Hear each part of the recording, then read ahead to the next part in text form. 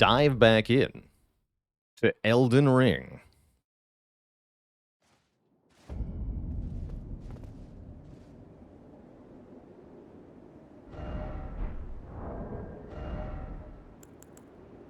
Okay, here's our current talisman setup. I'm pretty happy with the talismans that we have at the moment.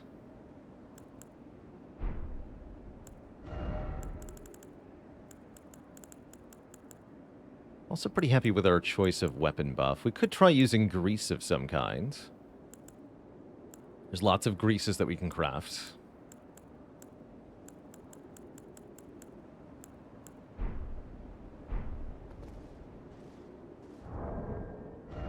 So one of the things, but I'd rather be able to apply devastating status effects with something that's reusable. And we do have this rot dagger, which can apply scarlet rot buildup pretty quickly. I wonder if we might be able to use this effectively against Radahn. Fast as the ants for a rapier attack. That's also pretty fast.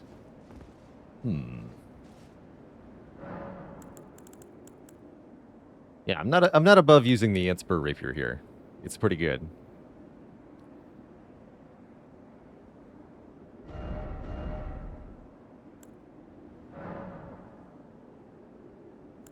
So if we apply poison, we lose a little bit of a scarlet rot, but we gain added poison. That might be worth it. Blood is also an option.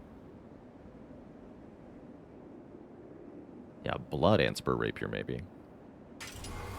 That seems pretty promising. Twin status, and then we just jab him a bunch of times. Okay, so we're gonna go do a few things here.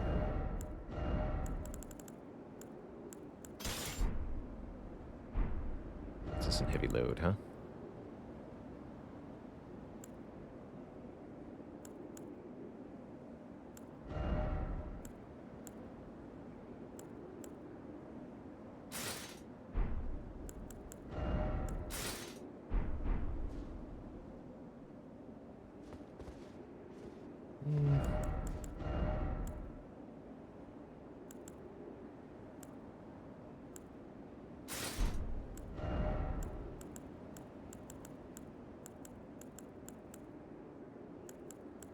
I don't have veteran greaves, I see.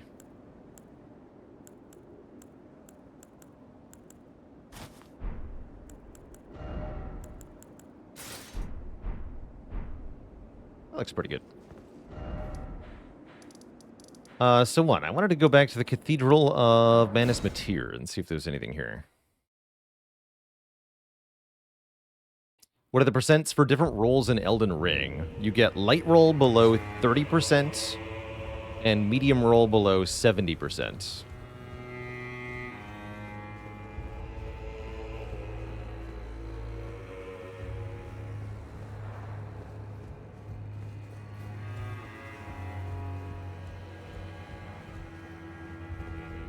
What have you done?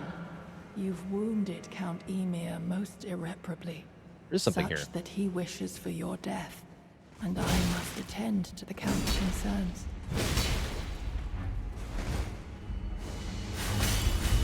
Cool. Nice move. A little bit too fancy of a flourish, though. My dear star, a fine mother, you will be. My shining star, grant me a mother's strength. Look here, at my fingers. I will be the true mother. That's too many fingers, man. I will be the only mother. My dear children. Gross.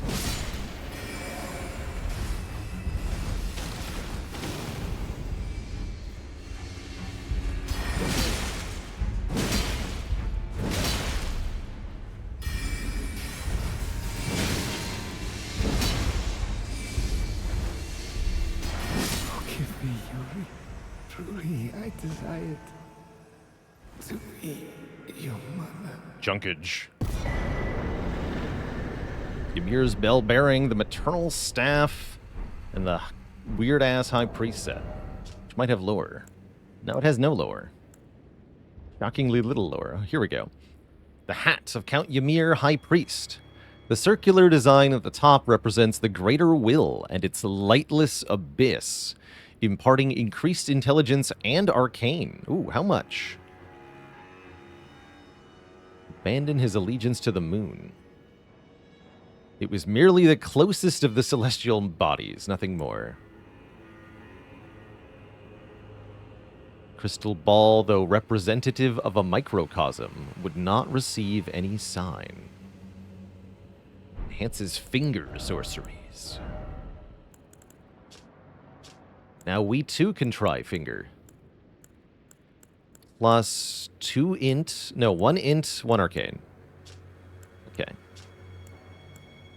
It's pretty mediocre. We get a sword from that? No. We get a stick. No sword, though.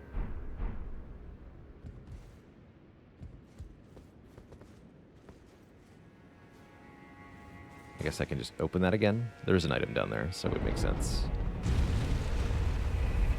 I tried the Spire board game. Yeah, I tried it over Tabletop Simulator.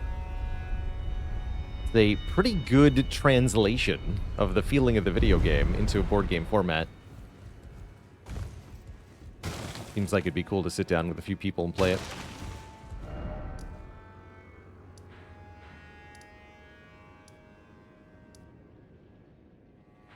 Okay, and yeah, I wanted to talk to one Sir Gideon.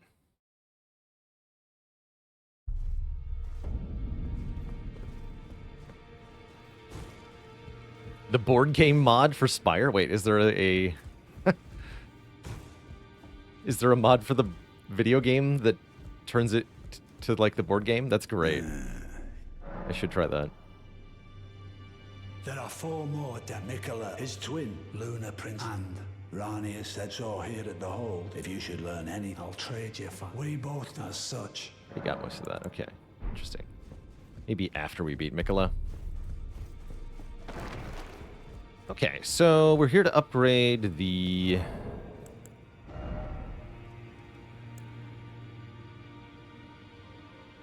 Ansper Rapier, I guess.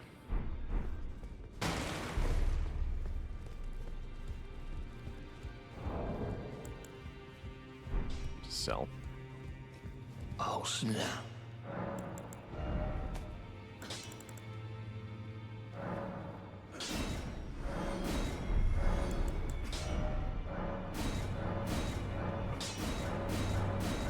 Blood loss will scale. Cool.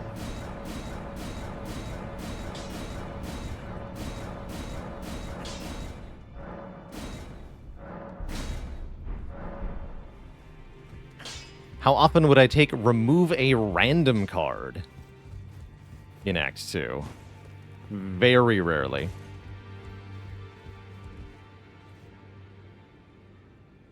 Pretty much never acceptable for that to be worth risking. How often does losing your best card ruin your run? Is the question you have to ask there.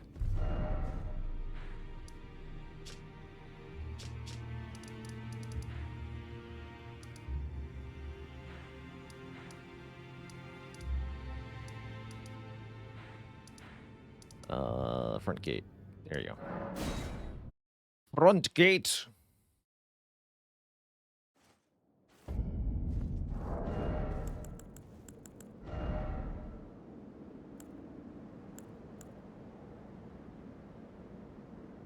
Okay, we have 50 rune arcs.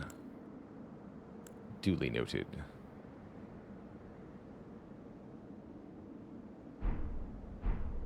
Plan is Divinity Stab. What's the two-handed stab like? That's very similar attack speed. Okay. So the main thing we want to establish right now is how many pokes do we have to hit Radahn with to apply Rot in Phase 1 with this rapier? Might take a few attempts just to determine that. Hello, Mr. Radahn.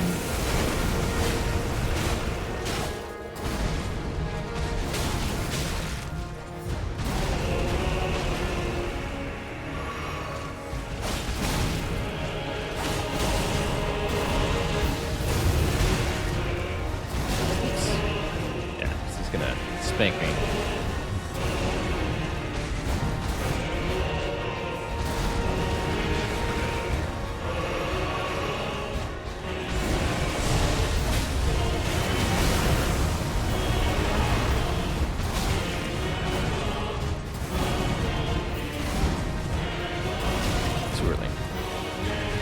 Quite the delay.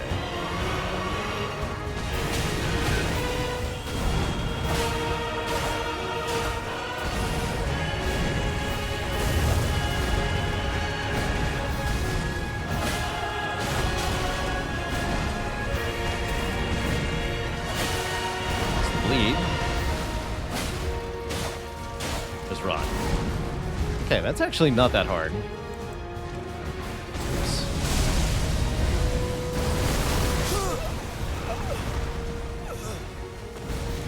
Cool.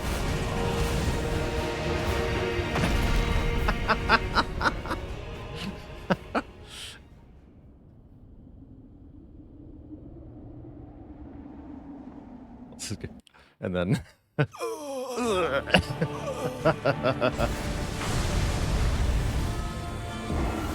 rip.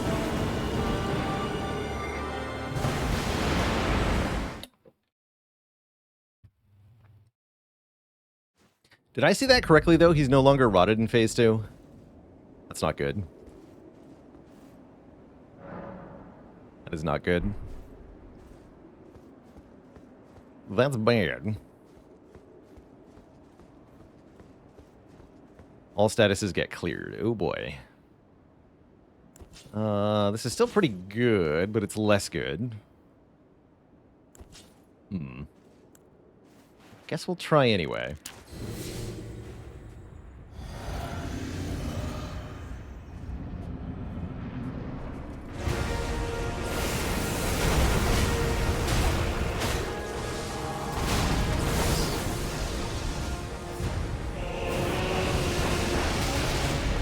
Should also try an Asher on this thing. What I'm using currently.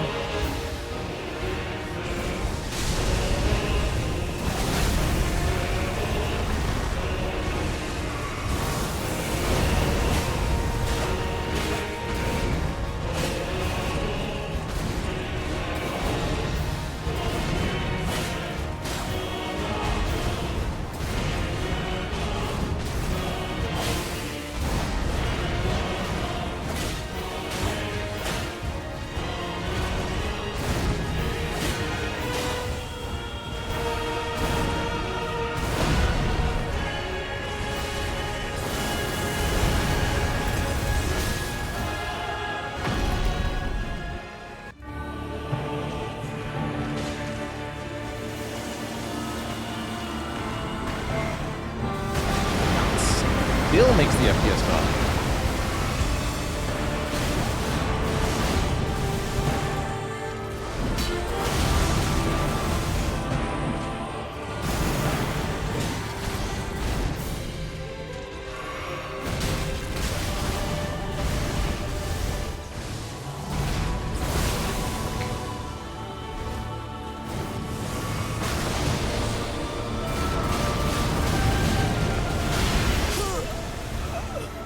Not a bad try, though.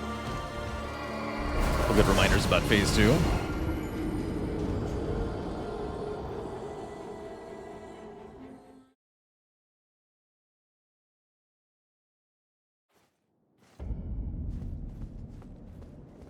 I guess we want to keep using the Antspur for Phase 2?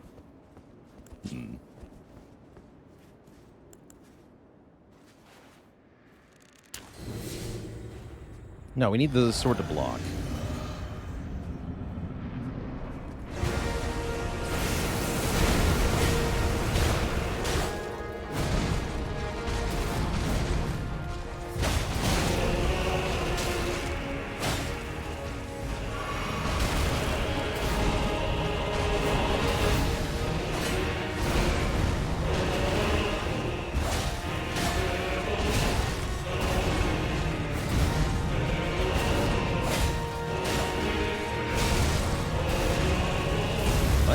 got rotted before he bled? I'm confused.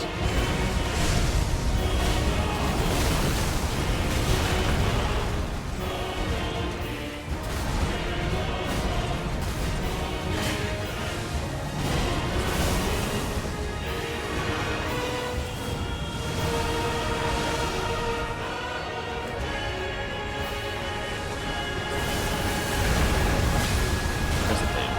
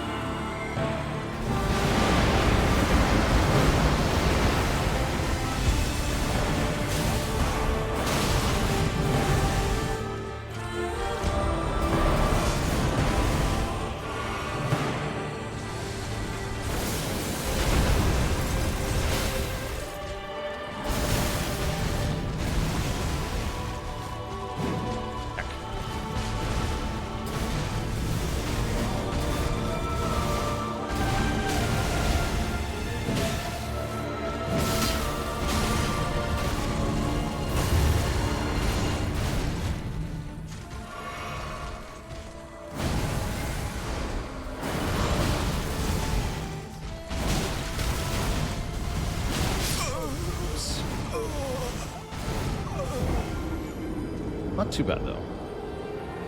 Got some ideas.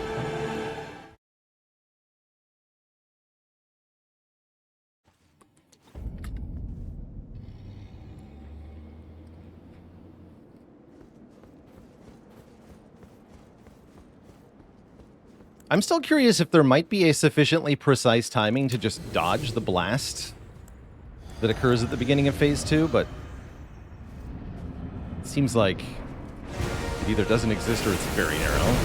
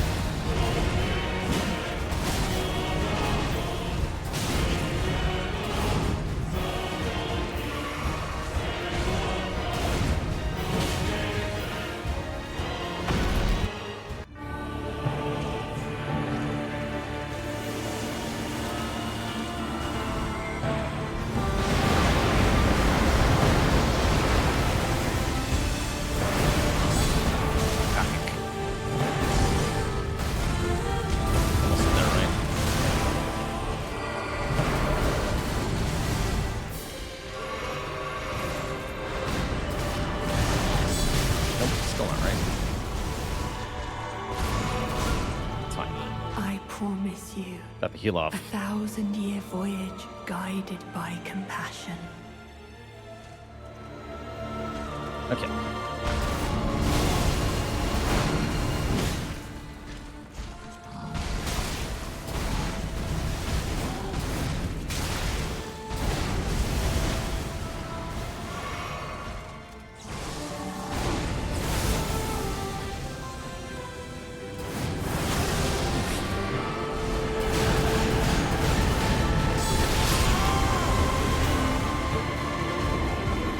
Block that one. At least not entirely. Gotta dodge the last bit. This guy's really mean. What's his deal? I think he's literally a god or something. He's strong. He's got the blessing of an Empyrean on top of him. He's the mightiest of the demigods already. He's pretty powerful.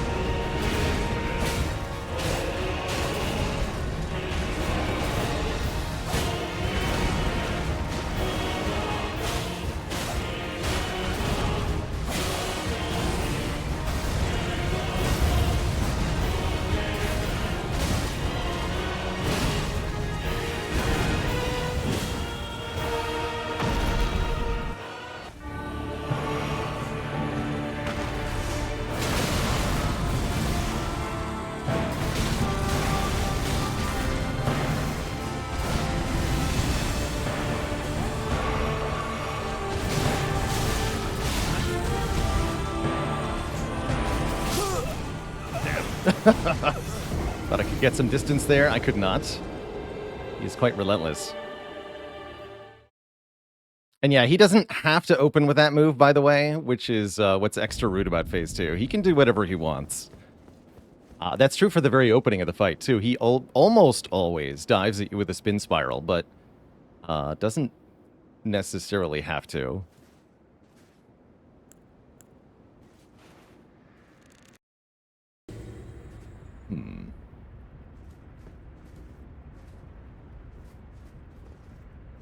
It went wrong there for a second.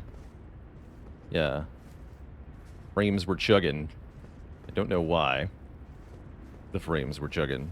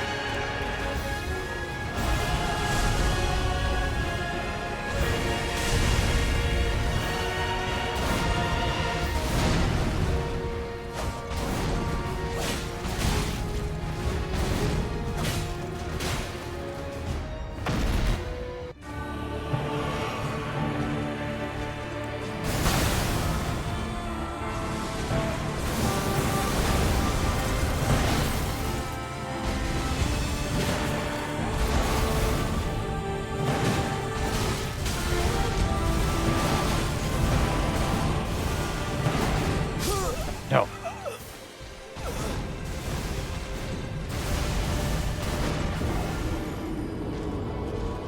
think the light beams are going to be there.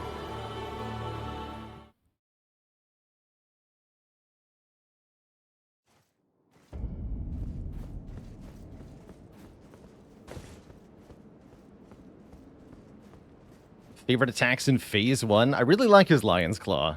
I love the way he just, like, leaps that. It's also pretty easy to punish.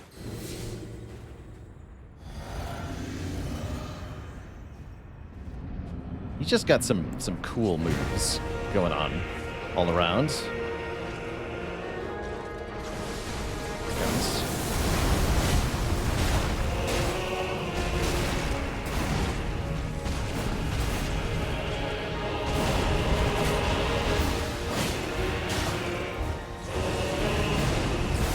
I like the look of the scoop into the meteors, too.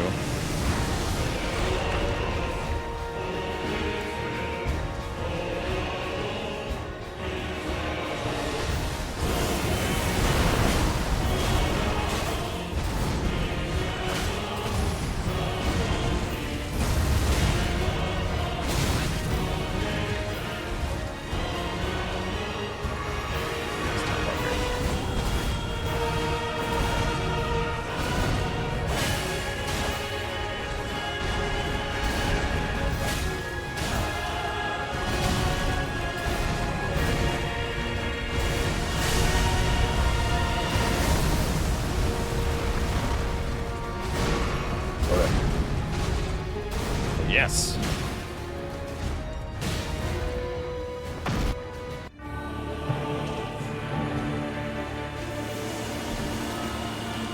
Is that fast enough? Nope. Fine. It stopped running a little bit early there.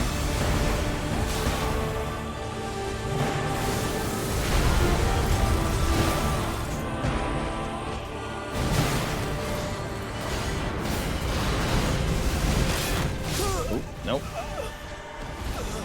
Interesting.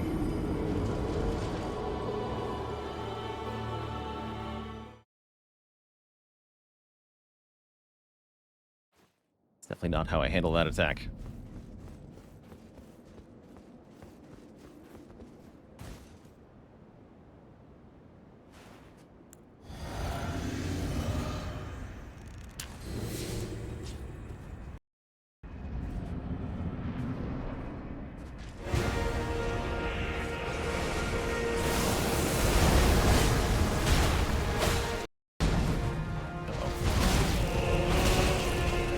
More chuggage.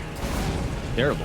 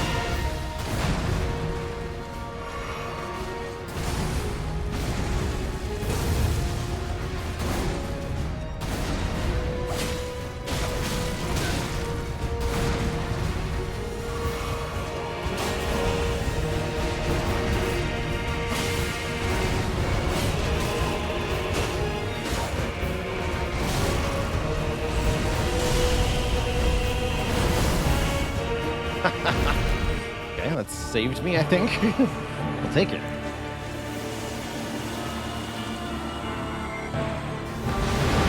There we go.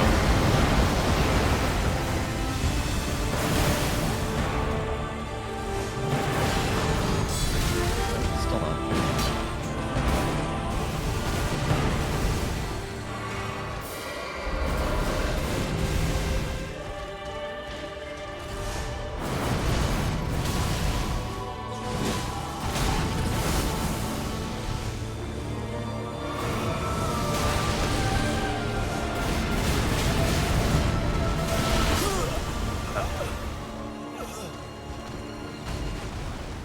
Quite an explosion.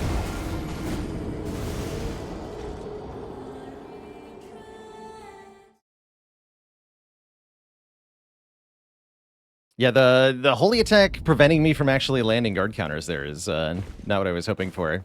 I thought there might be some opportunities to guard counter him with those multi-hit attacks, but it does not seem like there is, at least not the way I'm trying it. So I gotta shift up the approach here.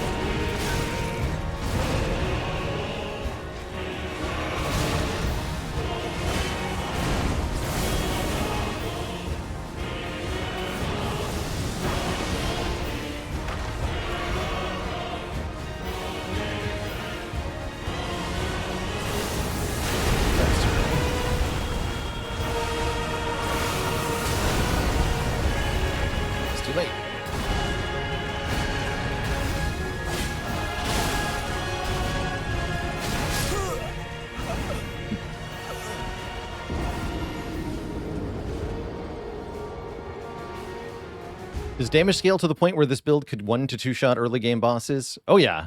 I think with the right build you could one shot a surprising number of bosses.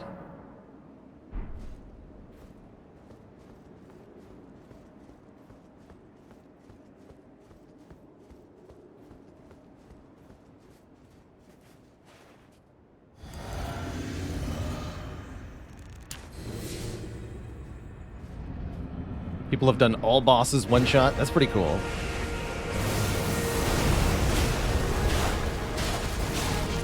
Even Elden Beast?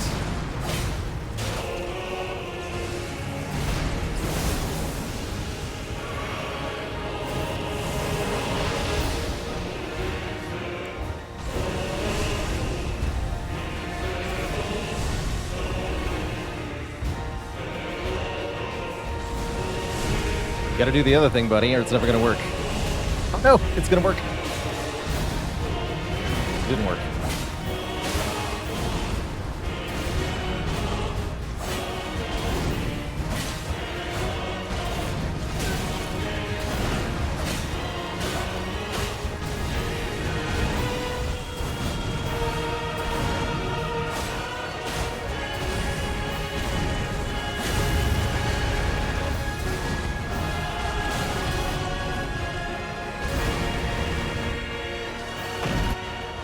Dodge that, I guess.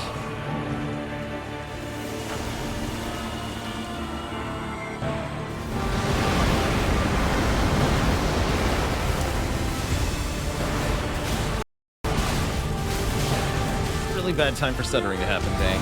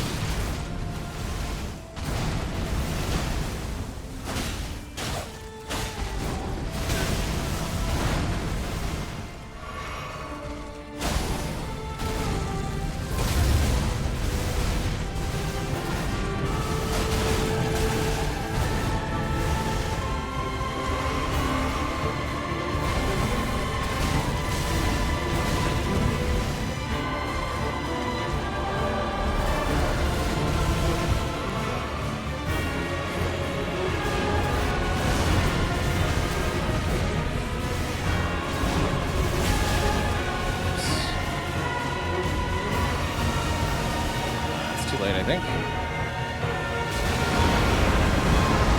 Didn't do that much damage, thankfully.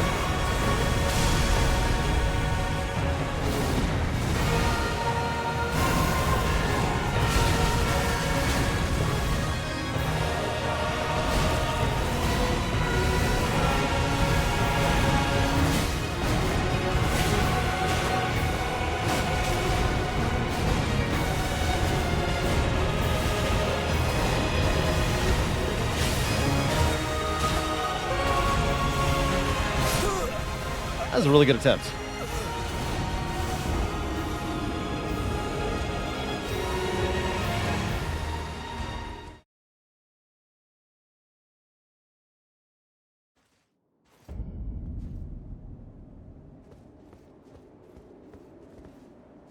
How's the fight feeling after these attempts?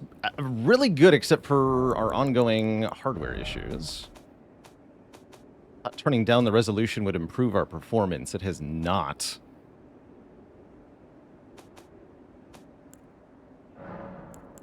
So let me go back to native res here. Let me make sure OBS didn't just break.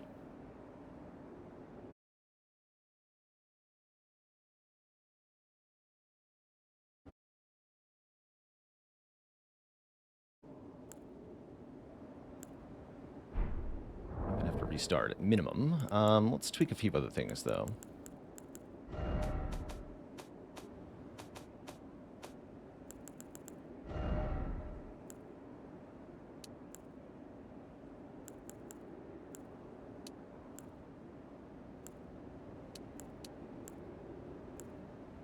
Shouldn't affect anything. Let's tweak some of those. Oh, I see. That didn't save. There we go. Okay.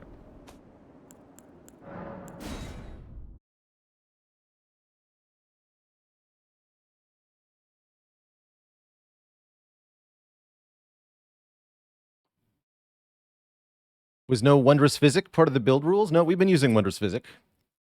It's been very helpful.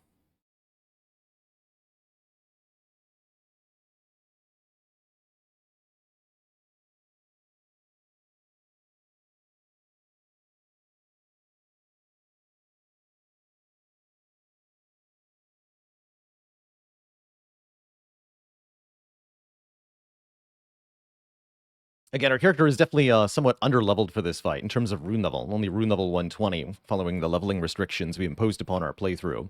It's definitely making this a challenging fight. But that's part of the challenge rules for the playthrough. Again, no summons, no shields, no parrying, no incantations or spells, and leveling is restricted based on the number of great runes that we collected through the playthrough. We're Shadow Tree level 18. And I think that's probably where I'll stay. I don't have a reasonable way to get higher than that without...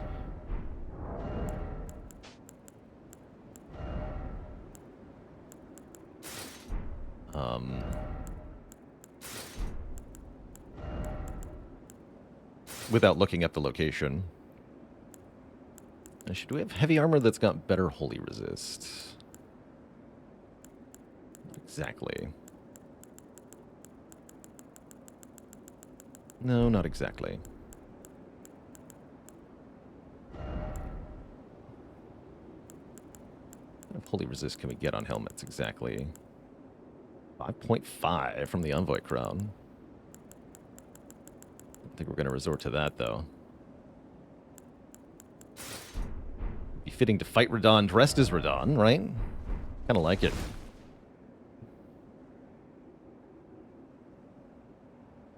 Kind of like it.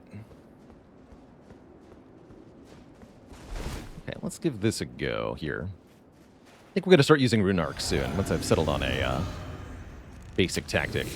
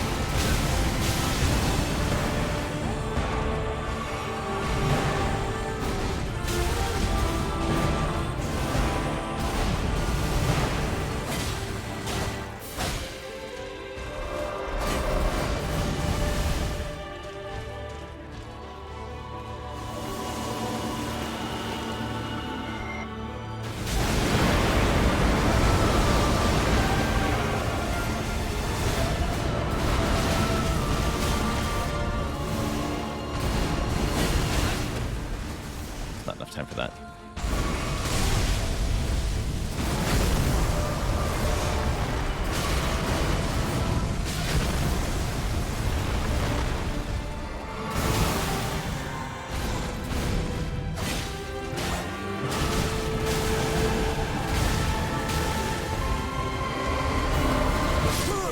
Oh, I rolled right into it. Foolish.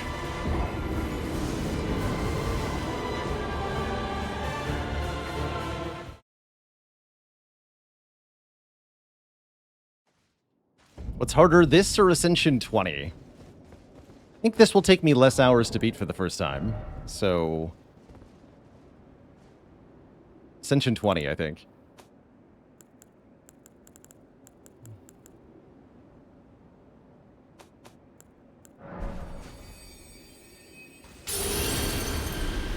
Look with your spectral eyes.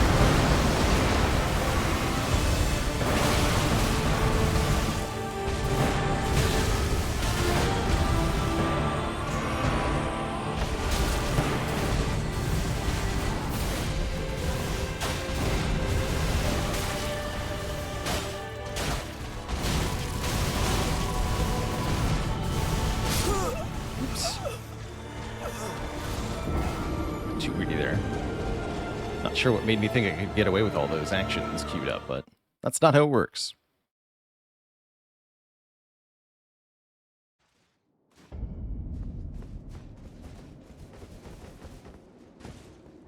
Like a toddler poking his dad. Dad! Frames are dropping. Dad.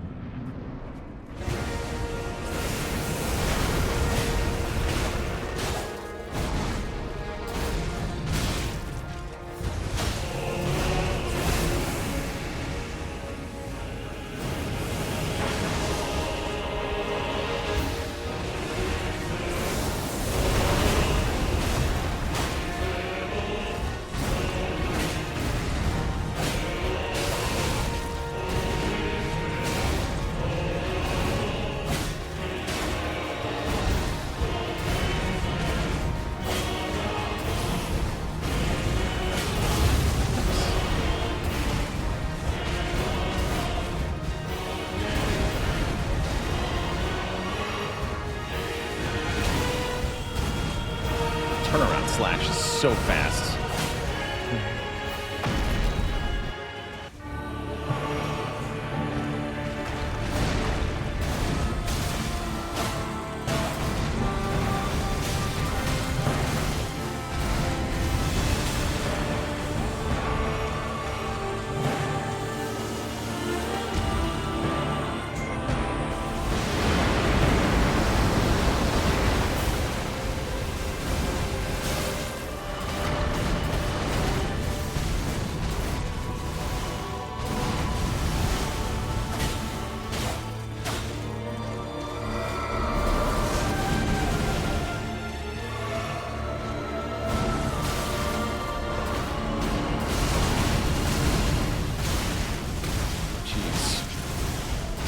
Damn. Got two different combos he can follow up the air attack with, I think. At least two, anyway.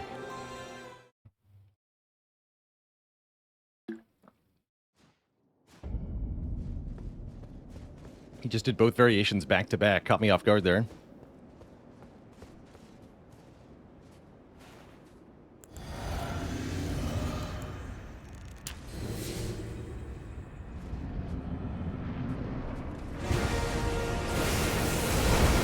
Experiment with dash over. I completely forgot about that.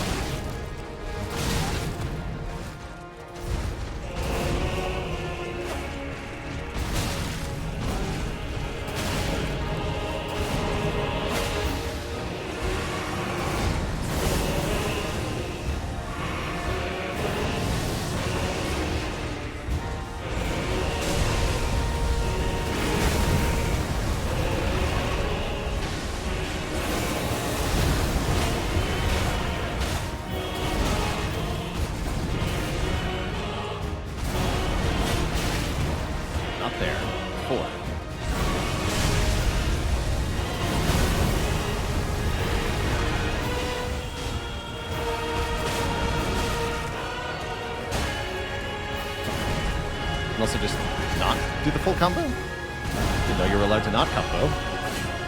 Doesn't make sense.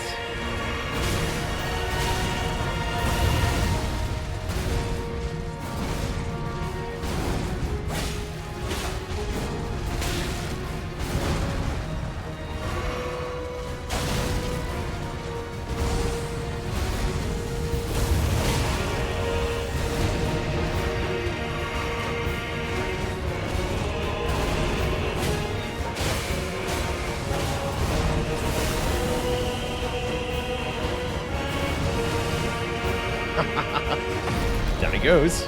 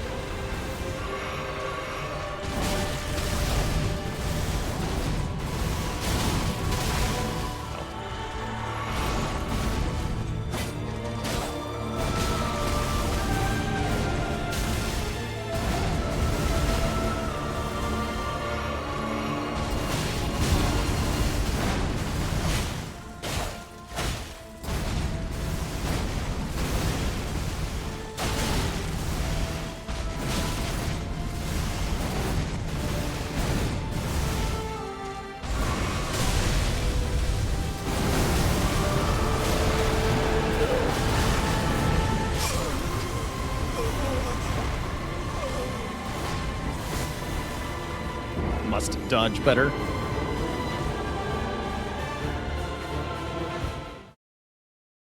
Must dodge better. Am I often running out of healing potions? Yeah, we're often getting close. We are often getting close.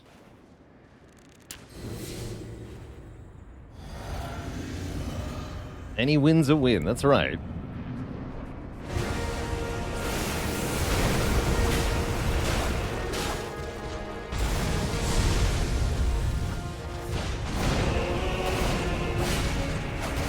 Oops.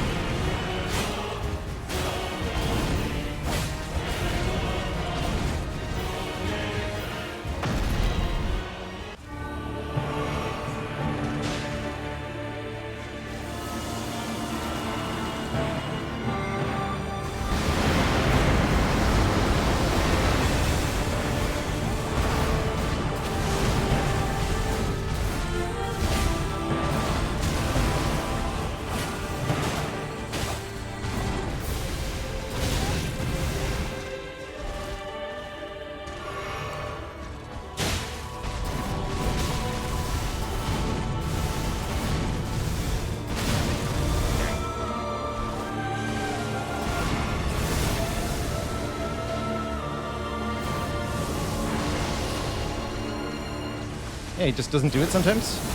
Second part. Not sure what I did to deserve that, but I'm happy about it.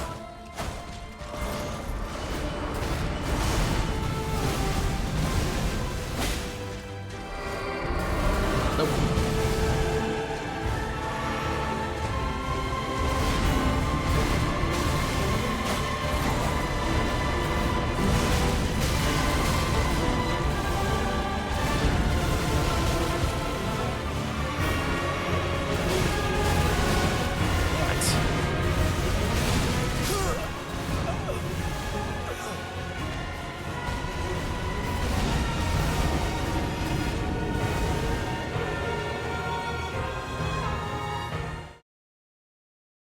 Everything gets a dozen lightning strikes to complicate it. Yeah, there's an array of holy blasts from Mikola, who's riding on Radahn's back during the second phase of the fight. Basically, you're fighting a demigod champion of battle, who's already a nightmare with 2 great swords, who then also has a godlike Empyrean second demigod atop him, casting holy magic the whole time. So you're fighting 2 demigods teamed up. Of course it's ridiculous.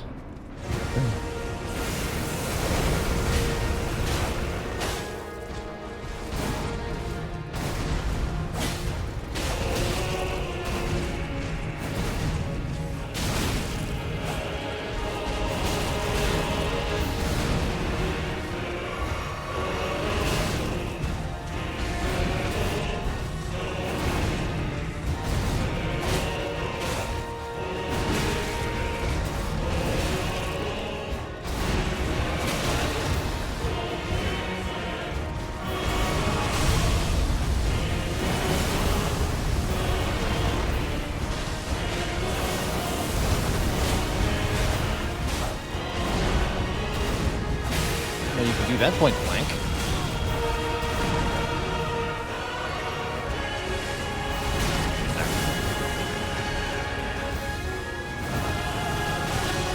There's a wall there. Rip me. Alright, you know what? Just kill me. This attempt sucks. I didn't even use a great rune.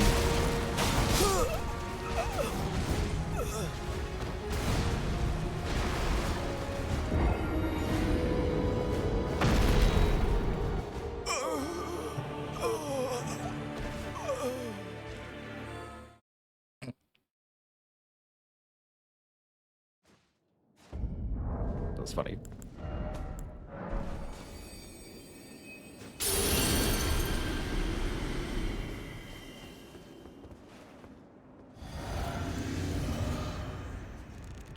Yeah, that's 2 deaths in that particular manner. The rot's going to do that pretty often.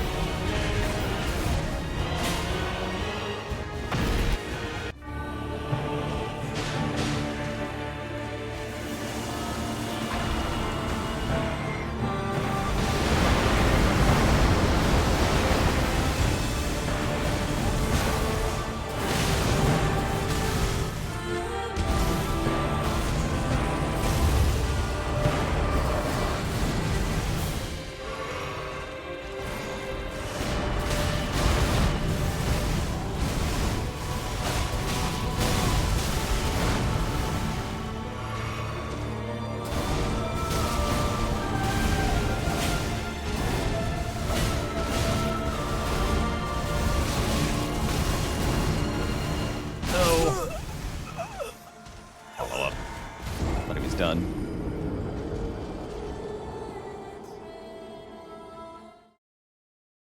Yeah, some of the biggest problems with the phase 2 is that if you get hit by the sword attacks, you are knocked into the radius of the spell attack, so you're almost necessarily going to get hit by the spell too. Okay, how about we actually have an Ash of War that can maybe help us here? Let's try fixing that for once. I do Chilling Mist with this thing because that would be hilarious. Oh, but I can't make it bleed if I do that. Well, that just makes sense.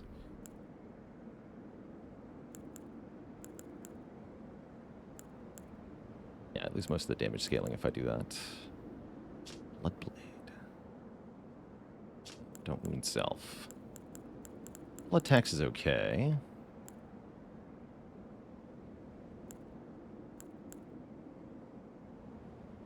Stormblade is cute. Let's see how much damage that does.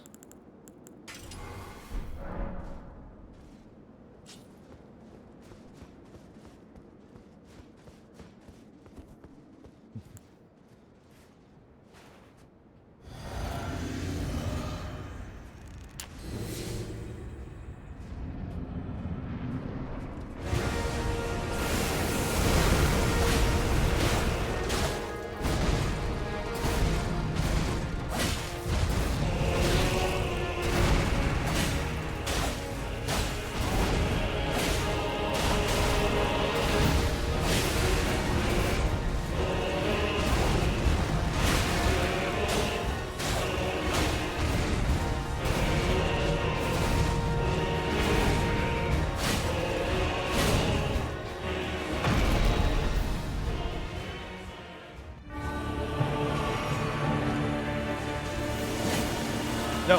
Ah.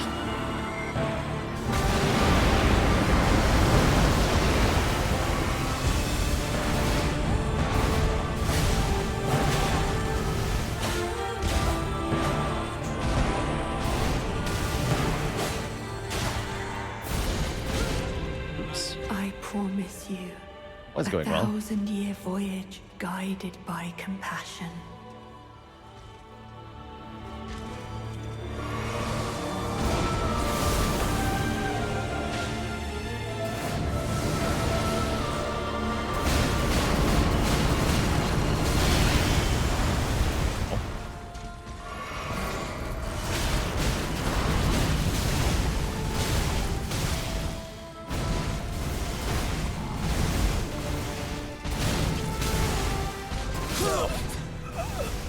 Freaking holy blasts, man. Interrupted every time I tried to do something. It's nasty.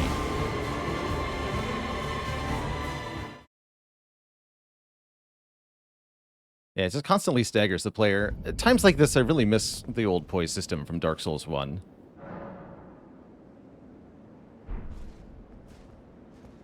It's annoying to me that poise cannot help you drink a flask in this game. Well.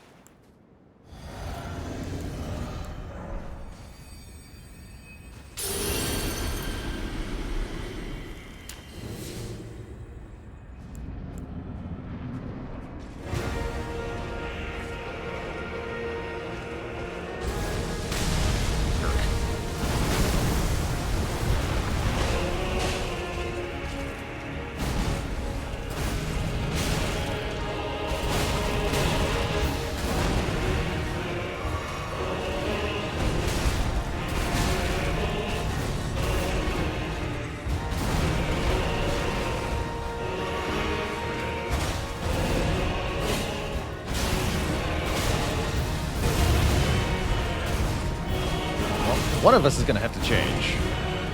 It's just embarrassing.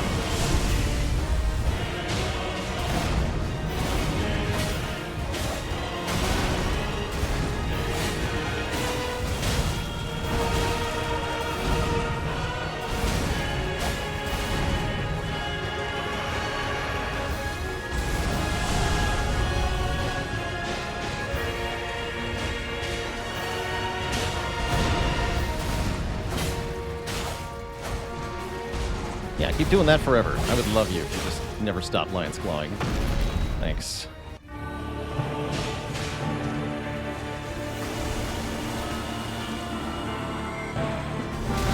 Come on. I was out. No.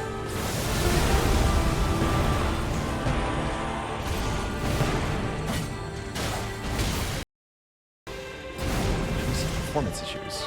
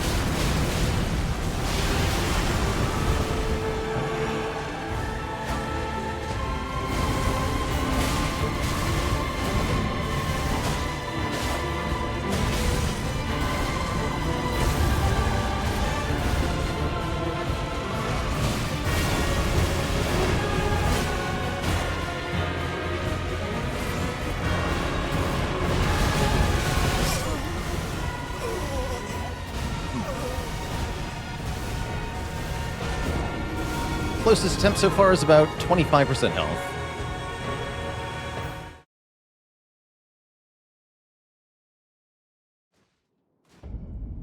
And yes, people have already done this boss no-hit, for example. So it's certainly doable. All the attacks are dodgeable in one way or another. And beaten with a dance pad. Embarrassing. Should I be using a dance pad for this?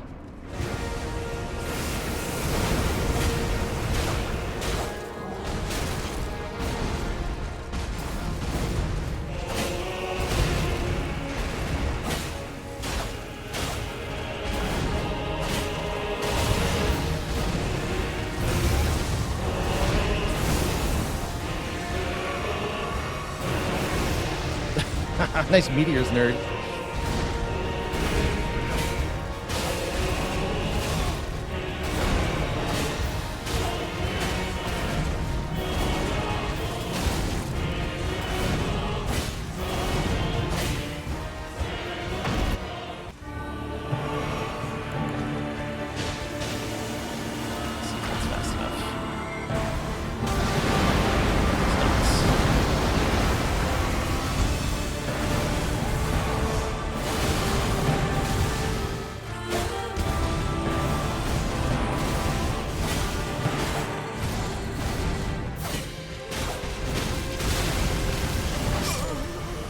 Thought I dodged that.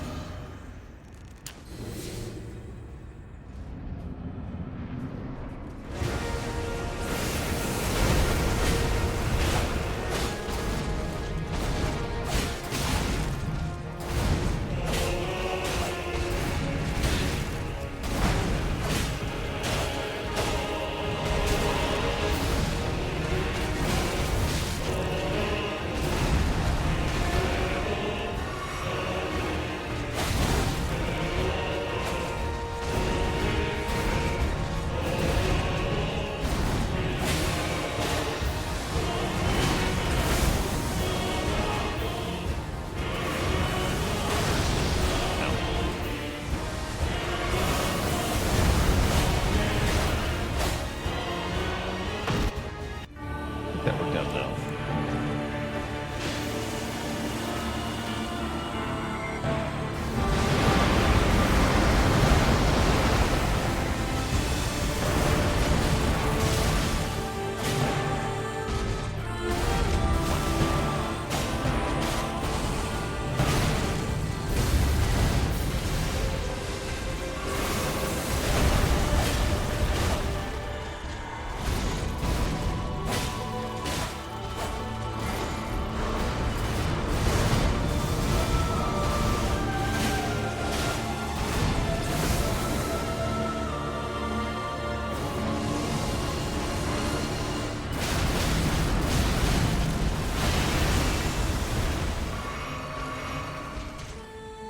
That attack sucks.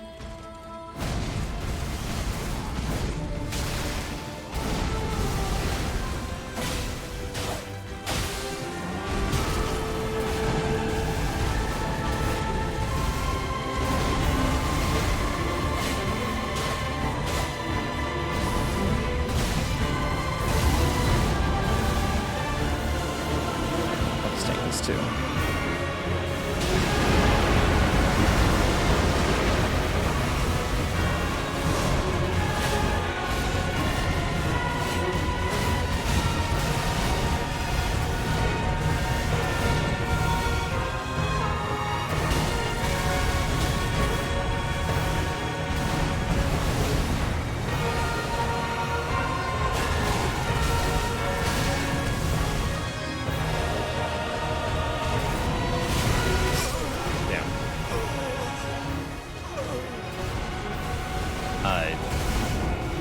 Yeah.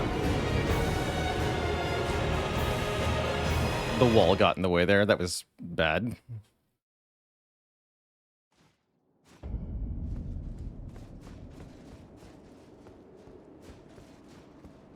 Hefty Rot Pot in Phase 2 would absolutely speed up our proc, except it would slow down our proc because we have to farm the materials.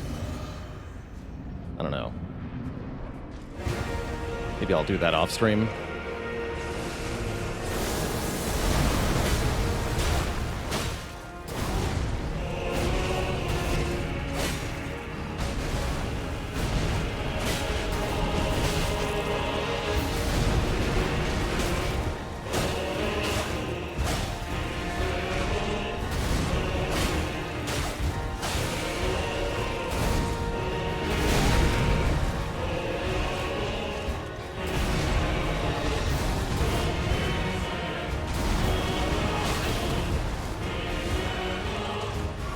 Hesitation is defeat.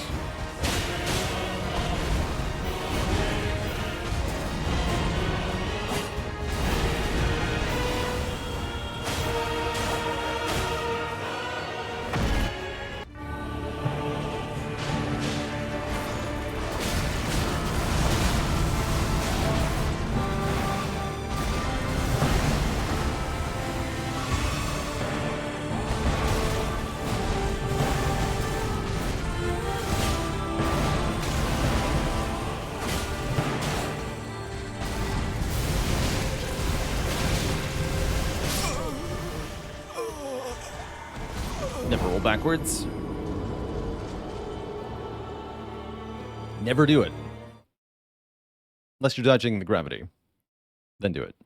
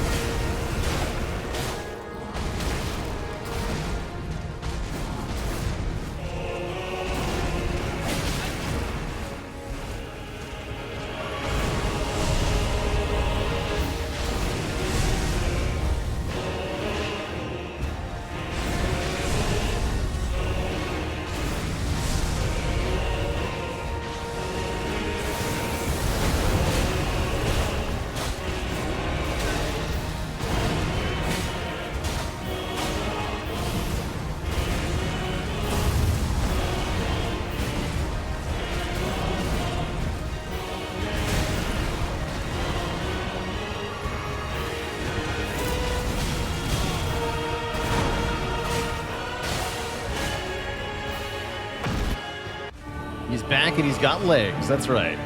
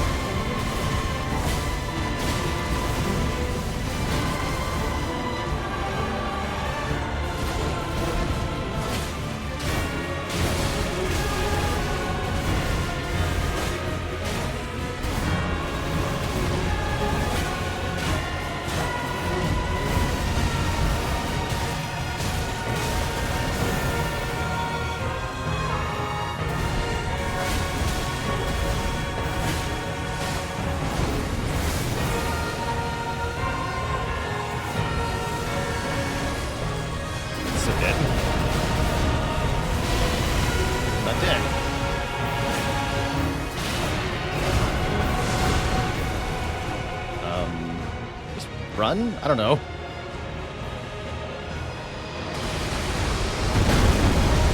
Yeah, just run, I guess. But there is hope.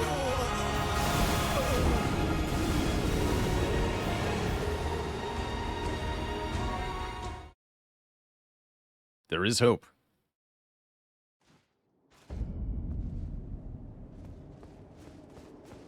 Yeah, I think this might be the right setup.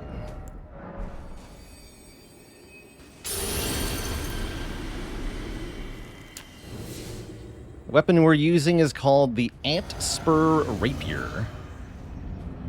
It inflicts scarlet rot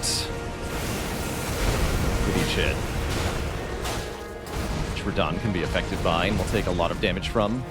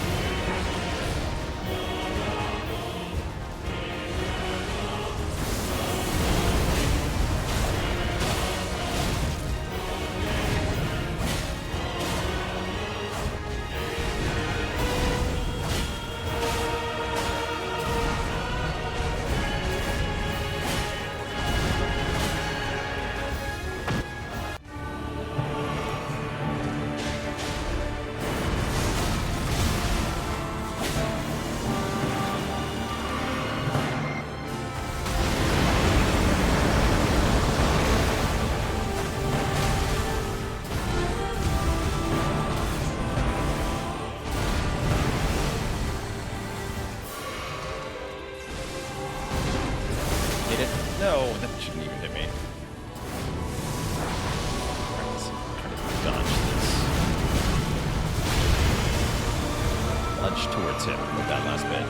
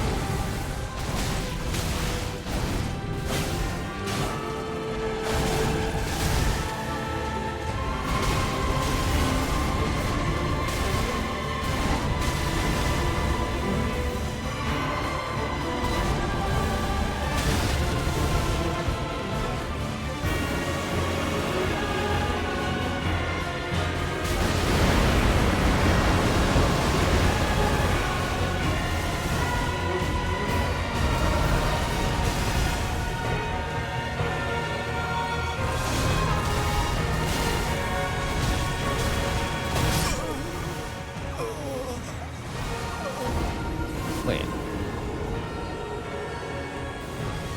that a different combo?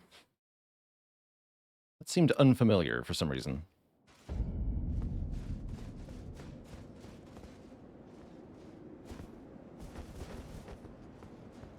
No fluctuation EM. I don't want to use any Ashes of War that, or rather, I don't want to rely on any Ash of War that adds additional iframes.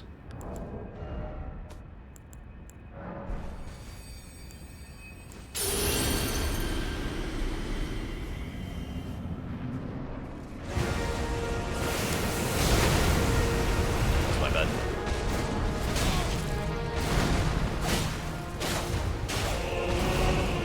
Can't fight here.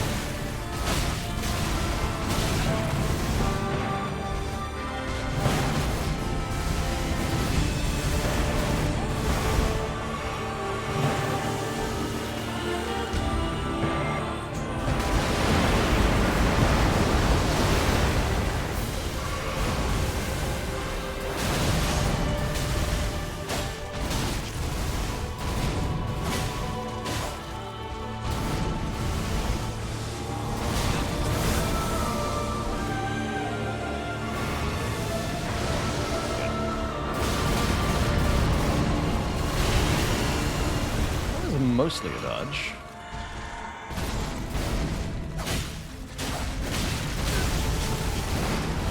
Really only two after that, huh?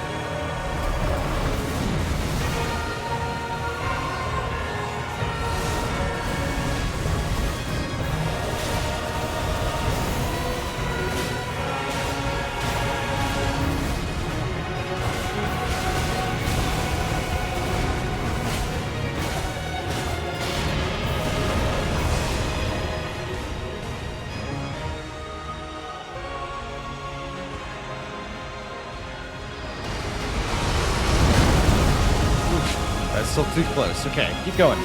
Keep going. Run!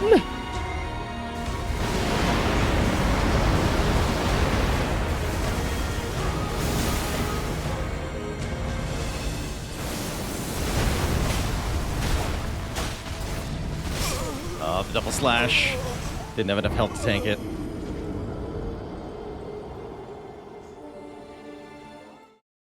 I was out of flasks, yeah.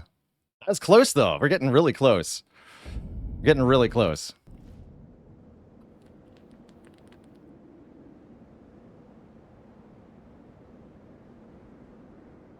So very close.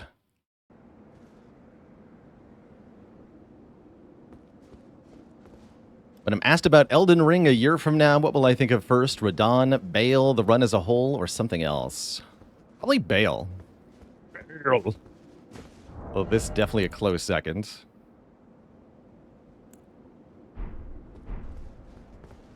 I wanted to try something.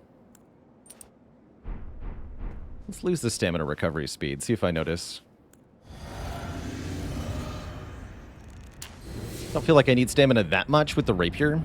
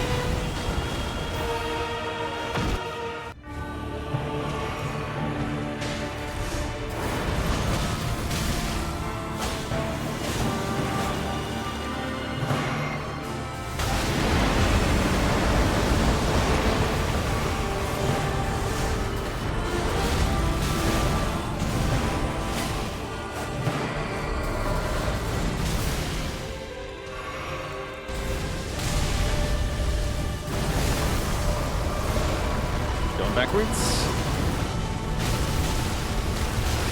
It's not good enough. Thing sucks.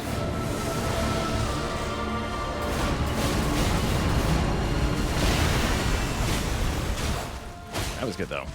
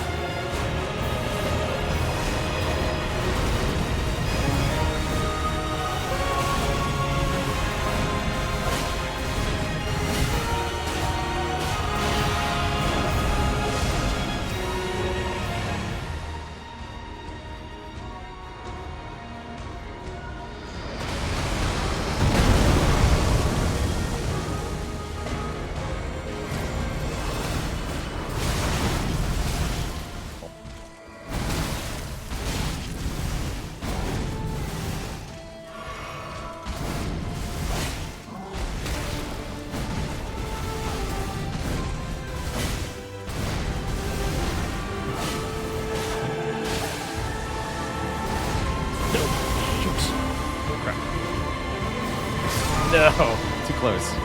Oh, he's like so close to dying too. Come on, die, die, die, die, die. Ah, he's alive. That's all we need to do though. We just, if I just lived a little bit longer, we had it. So close.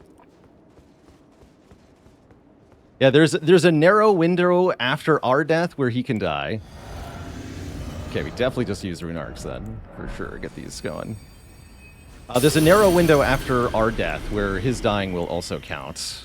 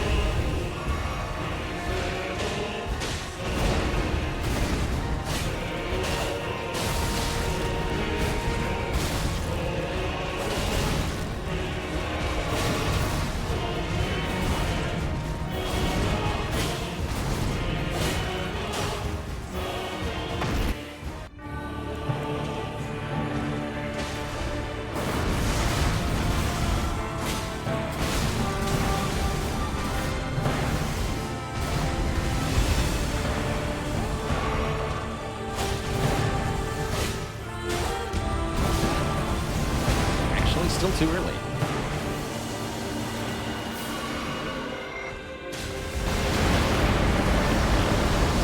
It's closer to dodging it, but I don't really think I can do it.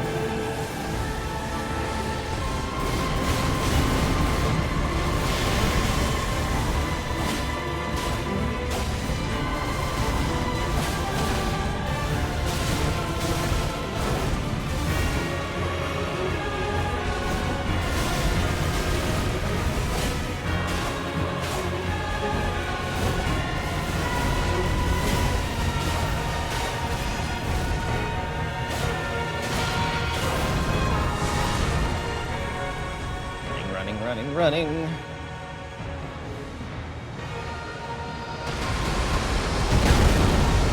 Healing. Okay, just not dying now. The bleed.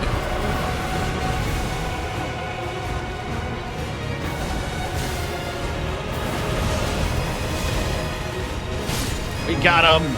GG. God slain. GG. Holy heck, what a fight. All told, that was 130 plus deaths to Radahn. Dang. Sub 700. Well done. Well done. You get the remembrance of a god and a lord. So yeah, you're fighting a god and a champion at the same time. In their childhood, Miquella saw in Radahn a lord, his strength and his kindness that stood in stark contrast with their afflicted selves. And so, Miquella made his heartfelt wish that Radahn would one day be his king consort. Now, we're the god and the champion. Heck yeah. Featherfall TT, thanks for the 100 bits. Et Tito and others, thanks for the bits for the on-screen emote celebration. Heck yes, what a fight. Silent H Gaming with the Prime sub. We did it. Just had to learn how to dodge a few of those moves, and we had it. We had it. G. G? Wait. I want to go up there. Tubsass with 1,000 bits as well. GG's. Or, yeah, I was going to say, isn't there usually Grace or something? What's this? These look important. Hey there, Mark McCarr. Yes, it just happened. Touch memory. Let's touch the Grace first.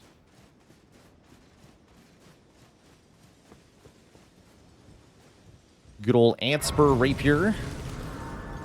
Maybe not my preferred weapon for this fight, but dang if it didn't work. I'll take it. Touch the memory to unlock Phase 3.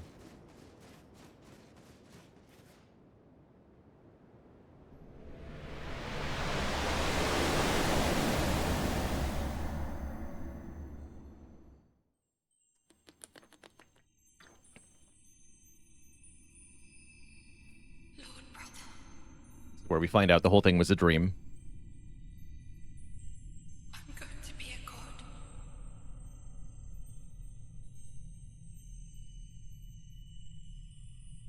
If we honor our part of the vow,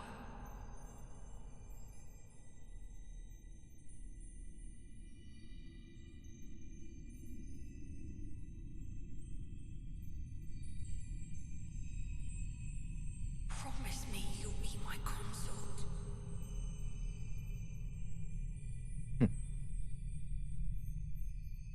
As illuminating as ever, Miyazaki. I'll make the world a gentler place.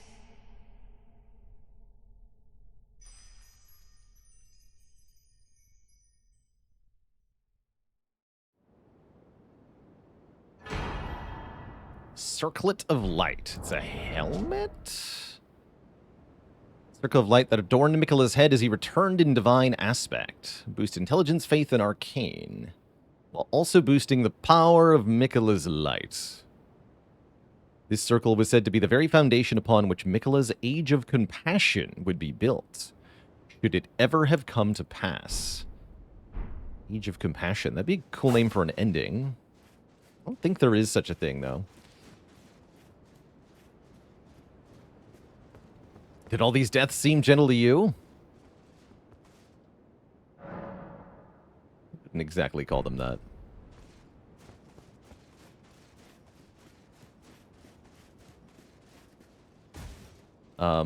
Is that it?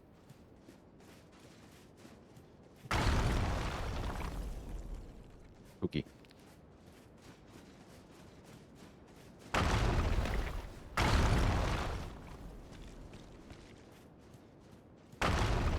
Bit anticlimactic. Par for the course for the endings of From Software in general, although I did kind of expect to do something with this structure. Such a good backdrop for the fight. Thought we were going to do something with it.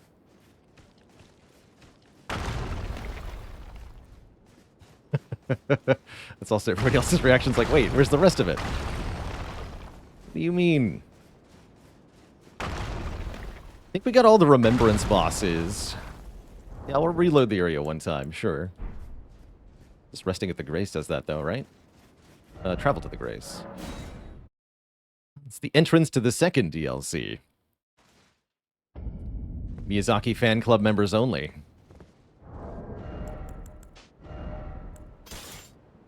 Now back to our regularly scheduled awesome sword. Really liked the Leda drip we had going on with the everything. So I'm gonna go back to that. Yeah, this is medium load. We kill Midra. Yep. Horse. So, that leaves some stuff in the base game still to do. What loadout ended up getting the kill? We used a Blood Antspur Rapier. I'm not exactly proud of that fact, but it heckin' worked. And we used the Dragon Crest Great Shield Talisman Golden Braid for damage reduction, Two-Handed Sword Talisman for damage, and the Crimson Seed Talisman +1 for better restoration.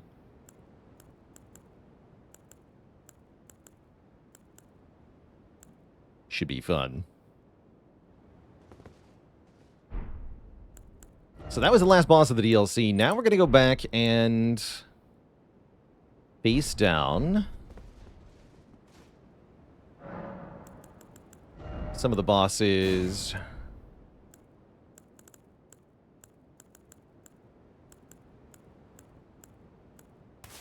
that we didn't beat from the base game.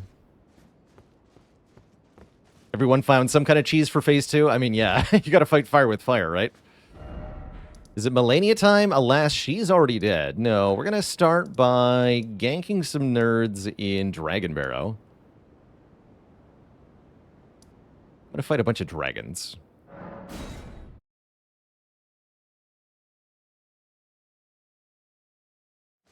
So we'll play Elden Ring for a bit yet. Actually, now's a good time to take a break, actually. Update my stream title, refill the water and all that. We're about 2 hours into broadcast. I'm going to play Elden Ring a bit more. We might be able to finish out the base game here. We've got a boss gauntlet for the end, but if we kill the bosses first try, it won't take that long. Now that I'm done, how do I rate the difficulty of the DLC versus the base game? I honestly think it's comparable. If you're using all the resources that the DLC provides to you, and we didn't even necessarily do that, then the DLC is pretty similar. I didn't find too many of the Remembrance bosses that hard. In particular, Mesmer the Impaler was not very tough for this character to defeat. Seems like he might have some more complexity if you're a little bit lower vigor and need to dodge all the hits, but We really didn't have that much trouble with Mesmer. Some of the bosses are a little janky / cheesy, and that makes them tough. For example, the ancient dragon that's just below Baal and Commander Gaius are a little bit nonsense, and therefore they're difficult. But there's plenty of that, again, in the base game. Double Erdtree Burial Watchdogs, anyone? Double Crucible Knights, anyone? There's nothing as bad as Double Crucible Knights in the DLC. In fact, a notable lack of double boss fights in the DLC. I believe we did get all of the Remembrance bosses. I only needed a small hint to find one of them.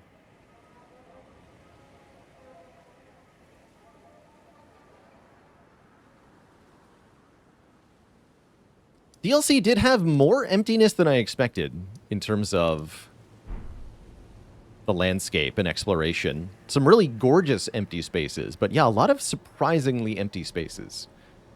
The Finger Ruins and the Shaded Woods are really notable examples of just like a huge area full of pretty much nothing. Is there a sneak archer build? Yeah, you could do that. Although I think you'd have a hard time in a boss fight.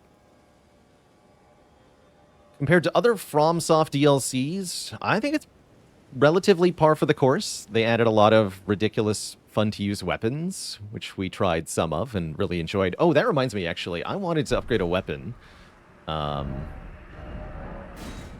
for us to try out for a large part of the remaining game that we haven't played, which is Freya's sword.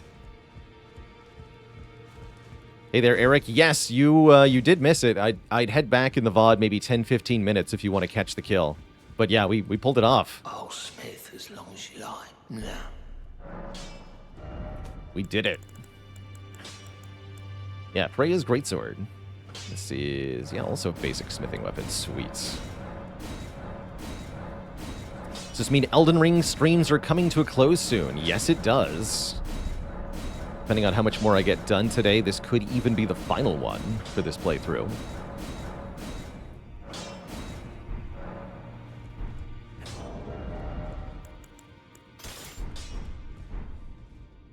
Oh, I like that look.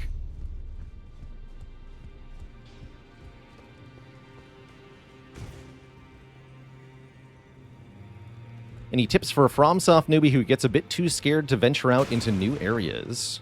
Spend all your runes and then just accept that you're going to die and try to find new stuff or explore new areas. Don't worry about trying to get back to where you perished and recollecting your runes. Just treat each life as a sort of diving exploration to see how much you can witness and learn. Would be my initial advice.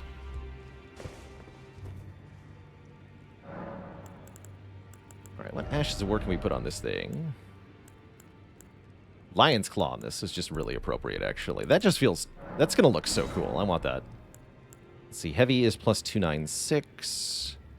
No, quality is better here. Gotta love the quality. Yeah, and I wanted to optimize my damage further. Strength index is the same, so give me the Millennia Trinket then, yeah?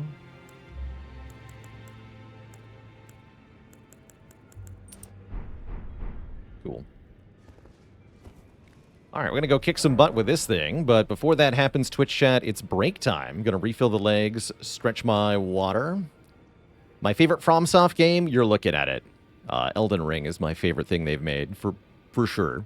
I've enjoyed quite a few games that From Software has made, but I think this one takes the cake at number 1.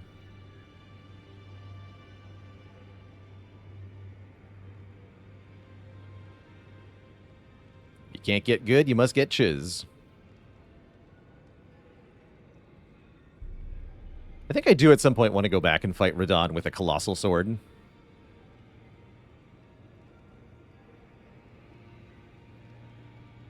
But I'll take our W today. That's great. All right, let me update the title, and then I'm going on break.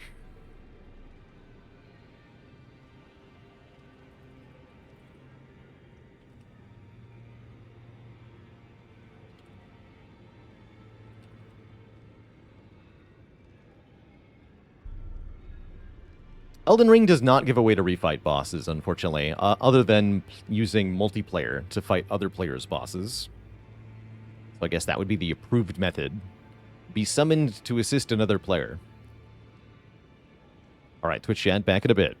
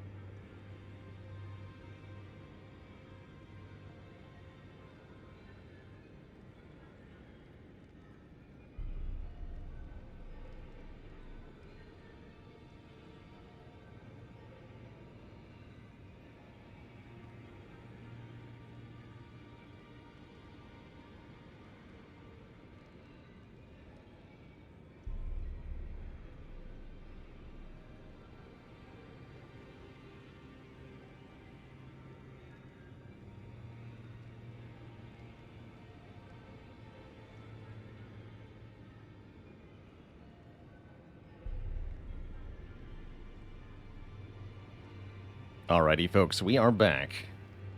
Thanks for hanging out. While I refresh myself, let's try this beauty of a curved greatsword out. On some stuff in Dragonborough.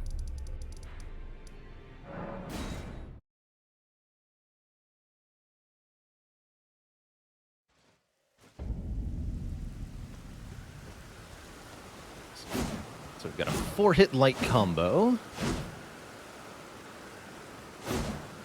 Sort of slower sweeps with the heavy attacks. Second charged heavy is a 2-hit combo.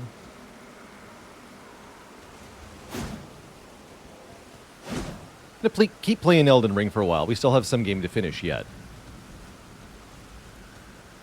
Curious if we can do it all in about 2 hours. See. And then Lion's Claw is this, which is gonna look sweet. Fairly expensive. Probably want to get our mana flask back at some point. Did Radahn died? He sure did died. Yeah, he did.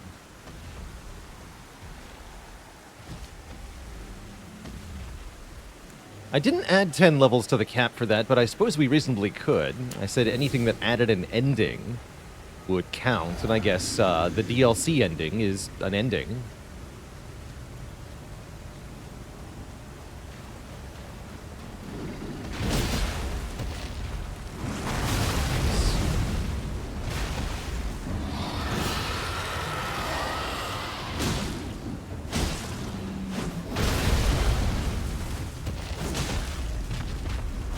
Foul dragon.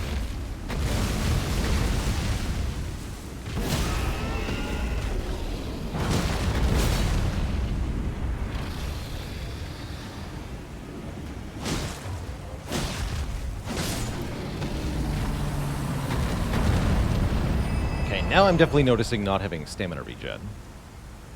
Okay with that. That might also be that we have Radahn's armor on. I think heavier armor does reduce your stamina regeneration a bit.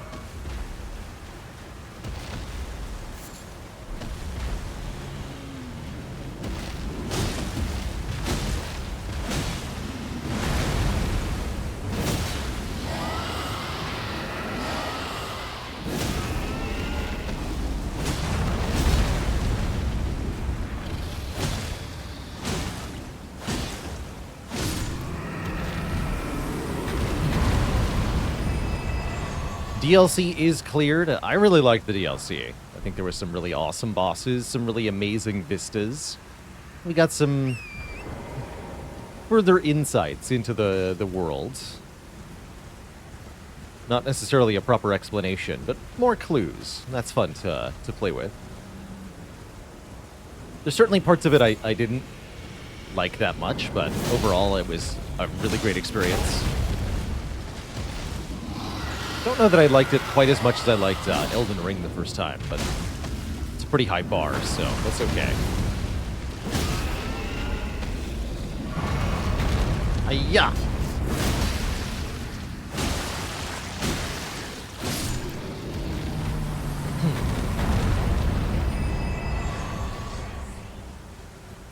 Yeah, the DLC really did... It didn't feel very connected to the base game. So a very sort of separate Elden Ring too. I guess based on how they've done previous DLCs. That was to be expected.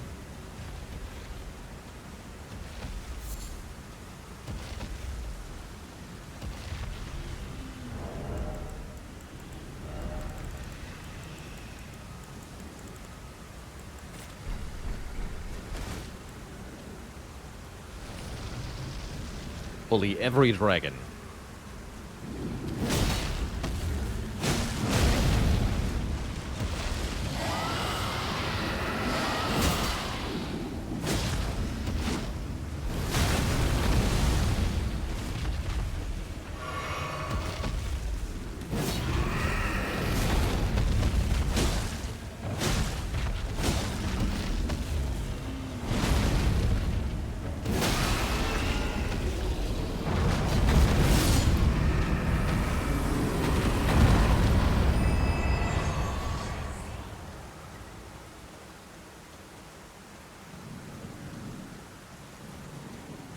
Here we find the resting body of the ancient mother of dragons, Grail. I think pretty much everybody at this point, now that the game world's a bit more known about, at sort of each playthrough, people run here, use a bleed weapon to slowly kill her. You get 75,000 runes.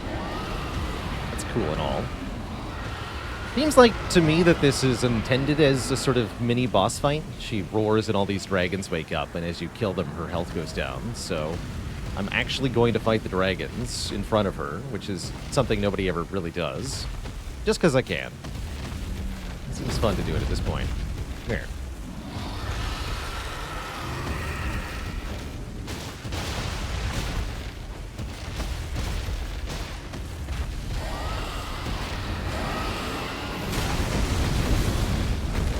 And now they're angry.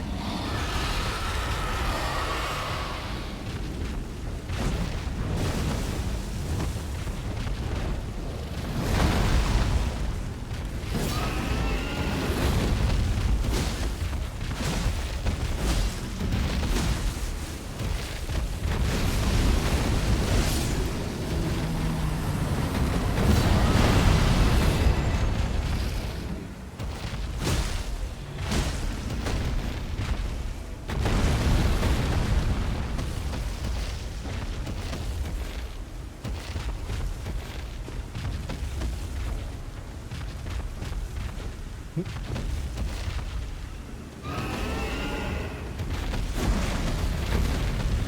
back here.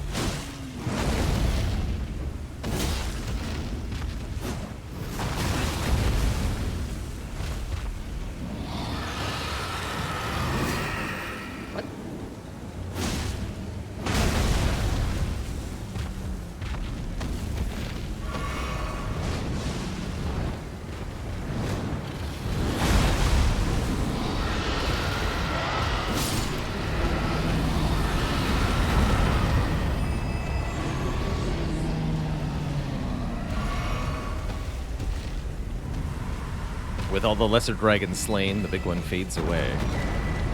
Get 5 dragon hearts.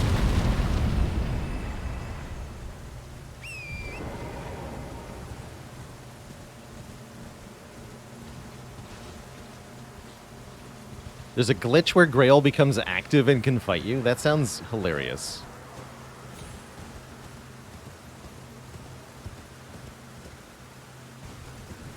Deeply hilarious. What were the remembrance options? Oh, great question. I forgot to do that. That's pretty important. Let's go do that right now. Yeah, now we can actually get the Grand Lift to operate. After all these hours, it's finally time to earn the right.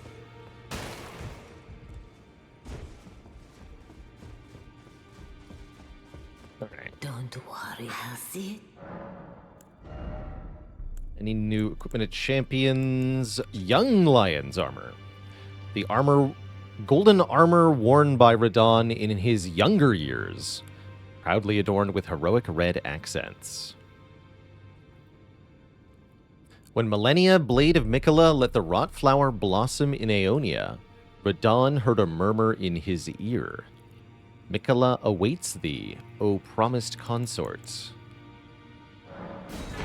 Okay, we're gonna have to do a side-by-side.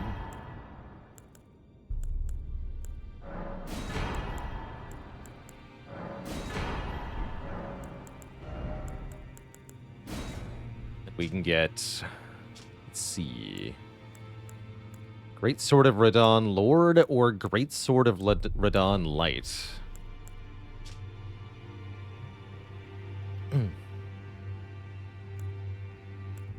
With the only difference being the skill associated with it. Great Swords of Black Steel wielded by Radahn in his youth. These were in his possession immediately before his triumph over the stars. The swords of a lord who does not rely on physical strength and gravity alone.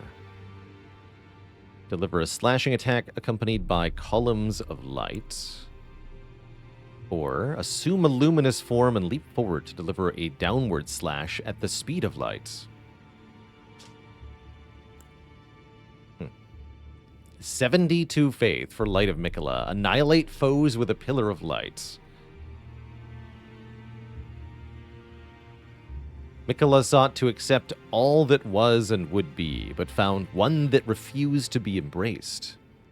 No wonder, as one god and one king consort is all the world needs.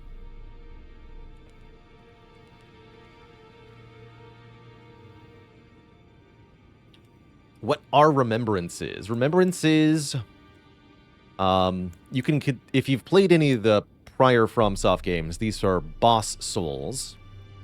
Essentially, you get an item imbued with the essence of a powerful boss after you defeat them, and you can turn in that essence at a certain location to receive the special equipment or skills that that boss used. Definitely one of my favorite part of FromSoft RPGs is that after defeating a really cool boss, you can get their stuff and then become them. Play like them, even using their skills.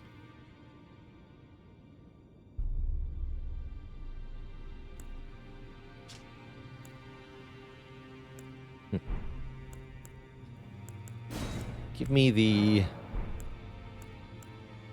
light version.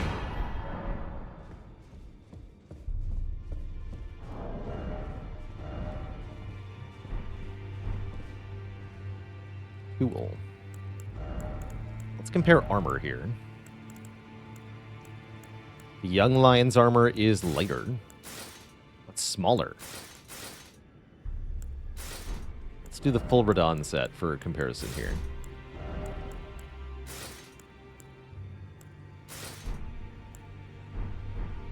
So this is the old Radahn armor from the base game. Looks good with the sword.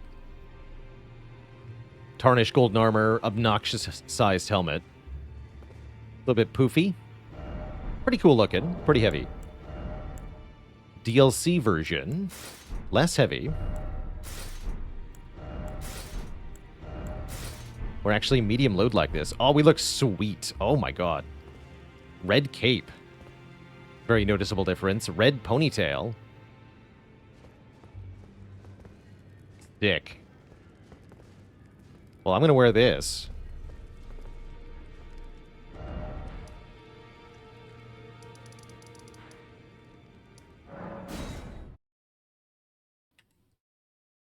Let's mess up Fort Feroth.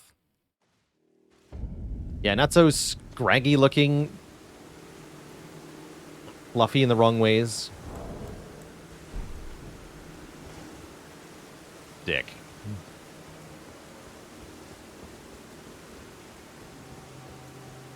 Can we alter it? Yeah, I'm sure you can remove the cape. Let's take a look at that. Oh yeah, let's get 10 levels too. I want more damage.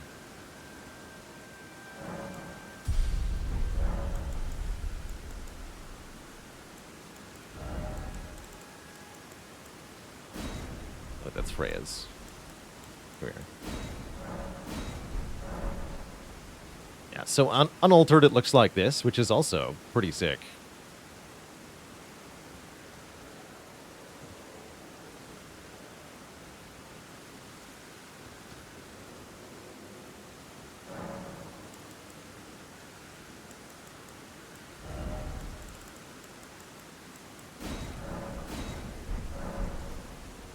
Yeah, I agree. The cape is too cool. It's a vibe.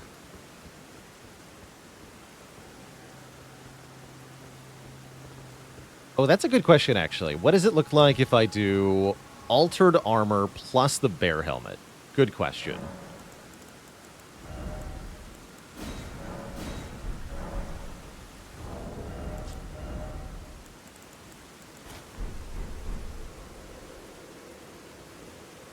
Actually, that's kind of hype.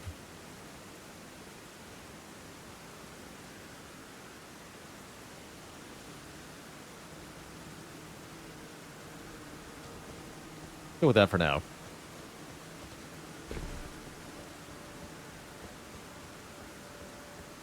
Bear, yes.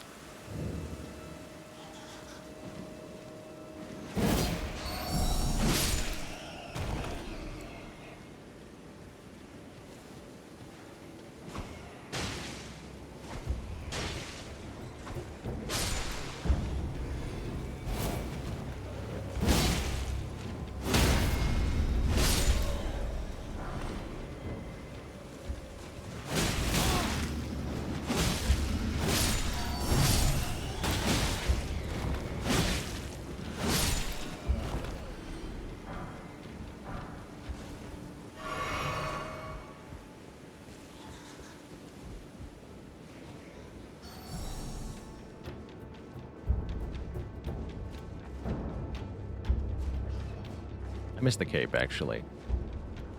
Do miss the cape. Oh, I wonder what's in here. Dectus medallion. Who needs that garbage? Piece of trash.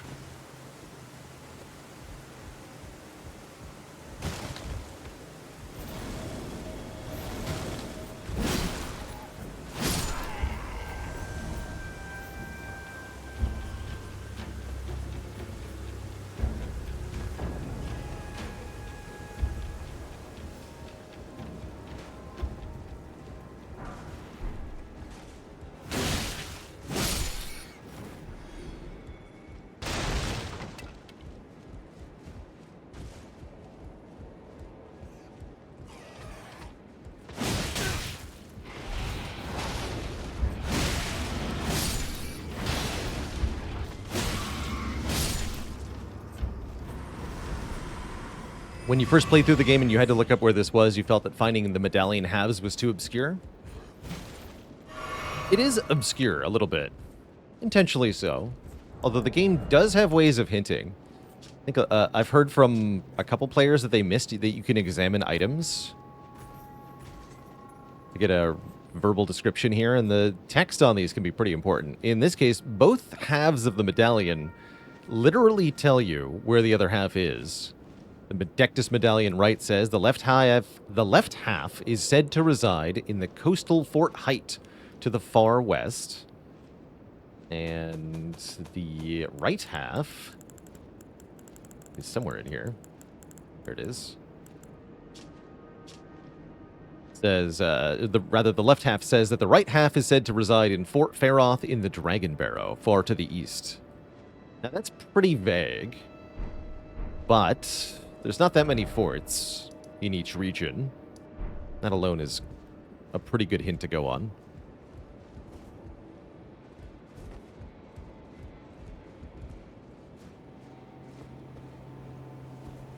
But yeah, there's some good stuff hidden in those flavor texts, for sure. Solemn duty weighs upon the one beholden, not unlike a gnawing curse from which there is no deliverance.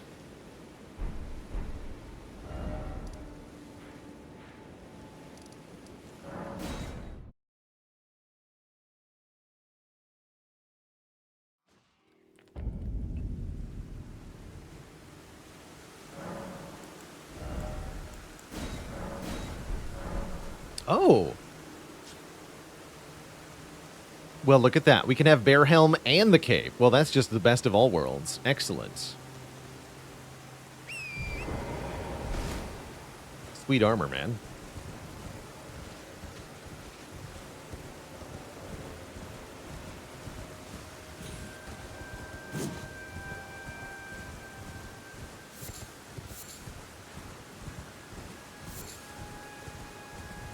You could try again there, Dr. Noodles MD. You'll have to be more polite to Radahn, I'm afraid, for the auto sensor to let you through.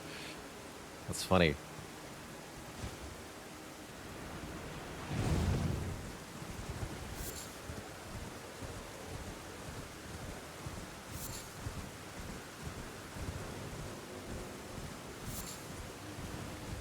We got him, though.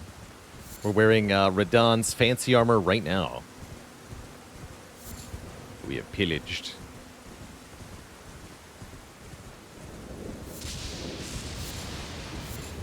Let's try those red lightning pots. I never actually did that. Equip them. Seem like they'd be kind of good. Oh, actually, I wanted that dragon wound grease too, because we're about to fight a dragon.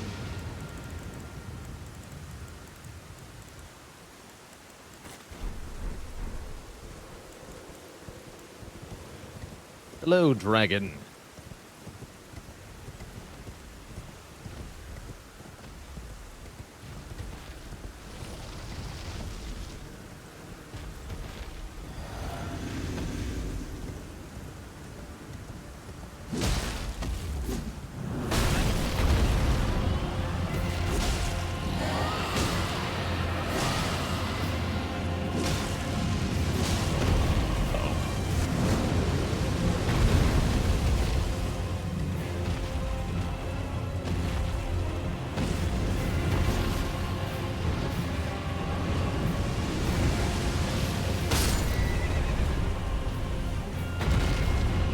Fight you on foot then.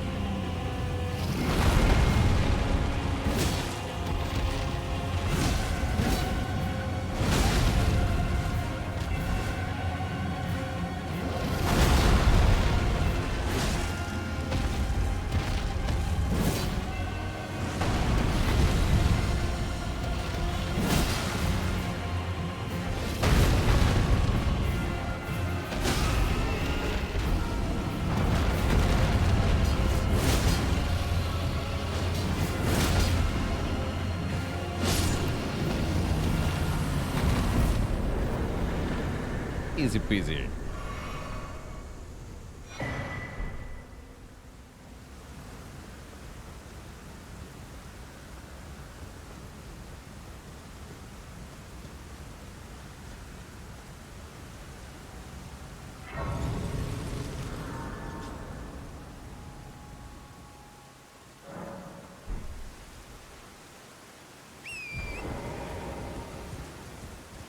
And then there's a Knight's Cavalry on the other bridge.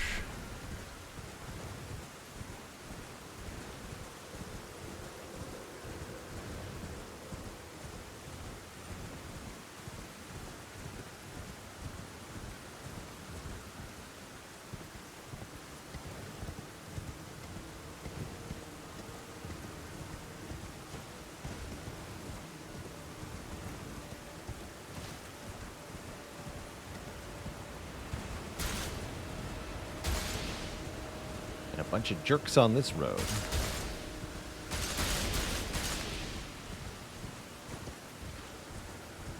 That's a lot of traps.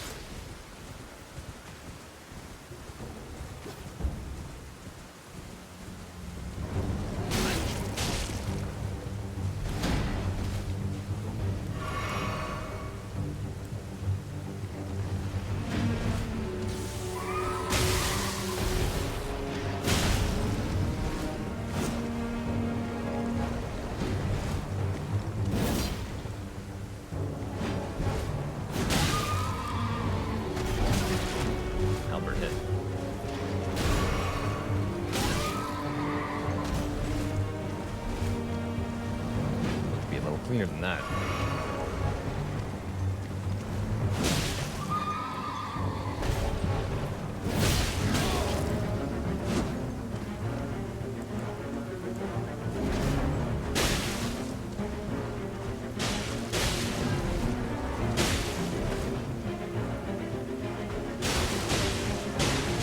headshot the horse? I think I did.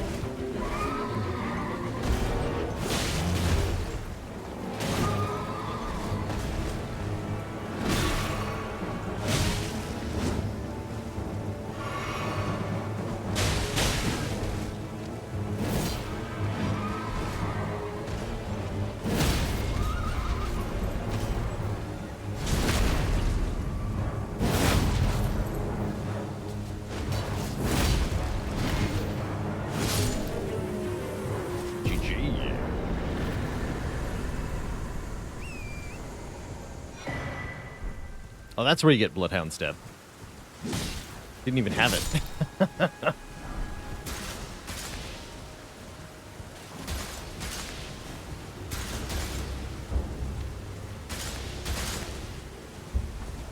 think it is very much possible to have that guy fall off the bridge.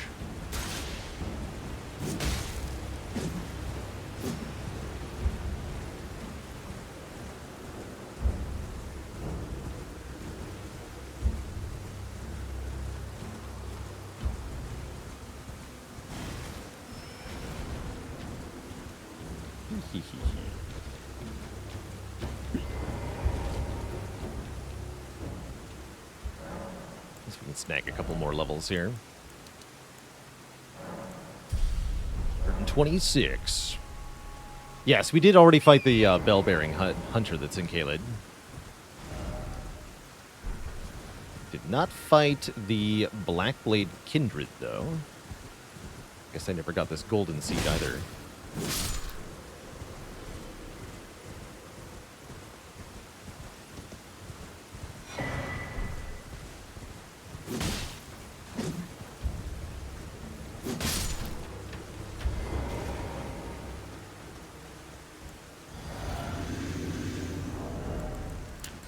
What grease do I want to use for this? Lots of options.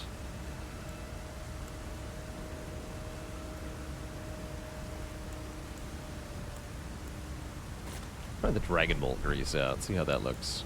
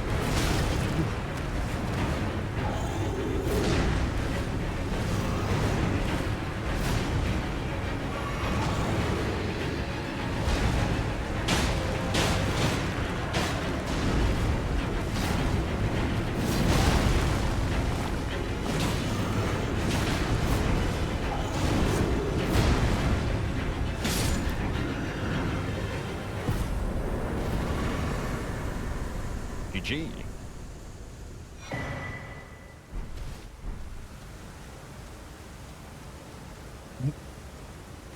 Yes, we got Radahn. Chat members are being sarcastic. We are currently wearing the armor that you get from Radahn as a prize. Although we also have a bear head. Show off the full helmet. the Radahn set. It's a really good looking set.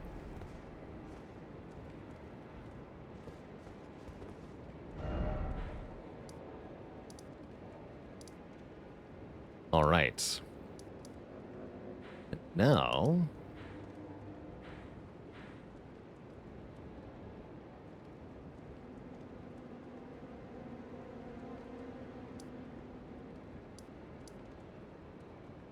trying to remember which site of grace gets me closest to Placidusax. I think it's this one, but I might be wrong here.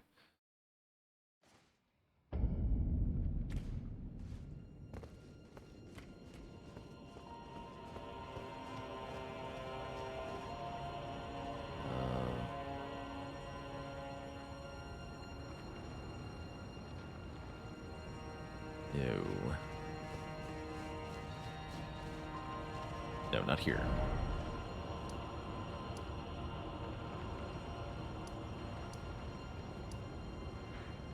Here? It is Great Bridge? Oh, it is beside the Great Bridge. Oh, yeah, and then I go up the elevator. That's right.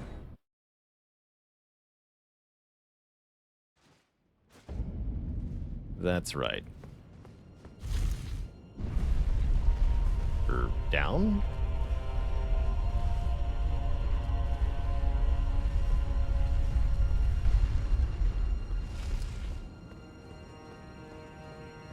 Yeah, getting to this boss involves a bit of a jumping puzzle, if you will.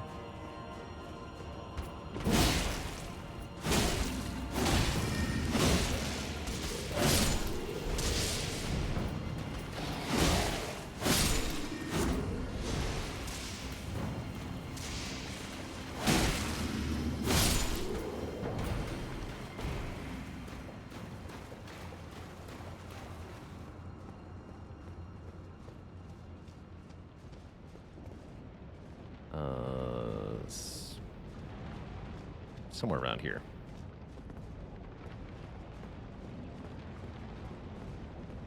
Yeah, here. So across from the doorway,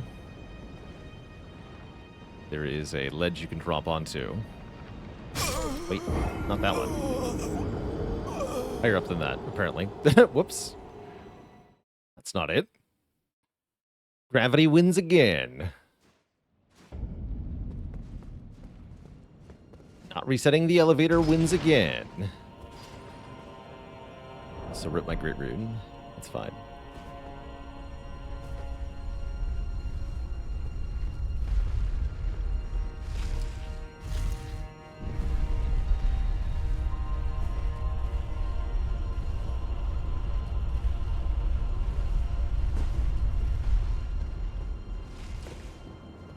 And yeah, you can also just run past these nerds.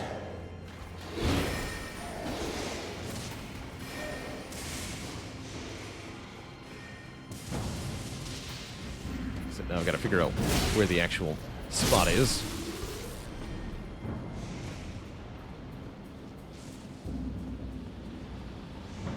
Oh, that one. Jump onto this rock, then onto this platform.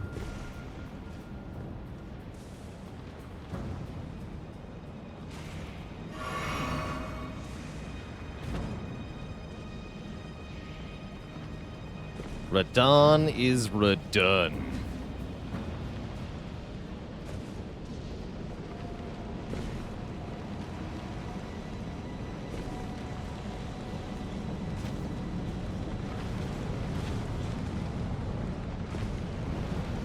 then we're presented with a close view of the storm here in the center of Farum Azula. Graves with the remains of ancient beastmen line this segment, bar one spot where you are prompted to lie down, which is something that works surprisingly often in a Souls game. Just try lying in the coffin for 30 seconds. It's probably fine.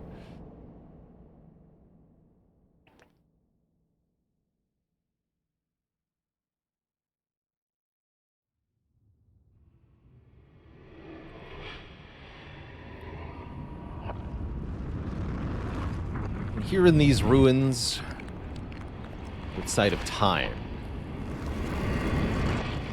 things do not have to follow the inevitable forward progress that time usually obeys. You can see what things used to be like in Farum Azula, here at the heart of the storm.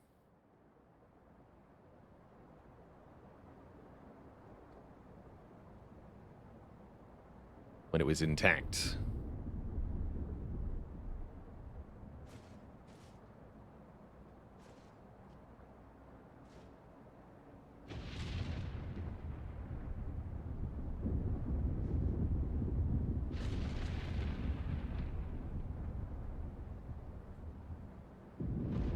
And there floats the Dragonlord Placidusax.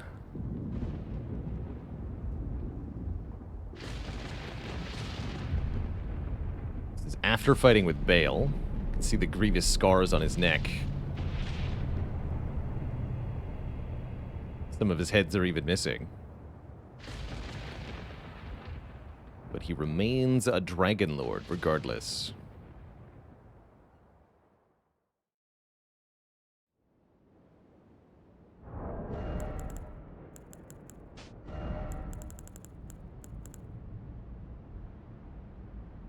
Oh, this would be a great fight for hefty rot pots. Assuming Placidusax is not immune to rot.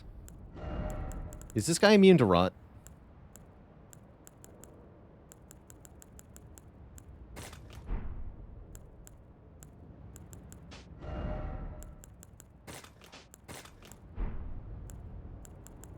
Like the talismans otherwise. Lightning damage negation could be worth it, but I think we're fine.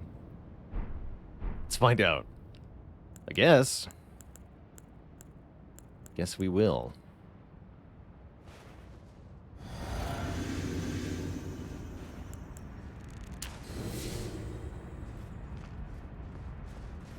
Wait.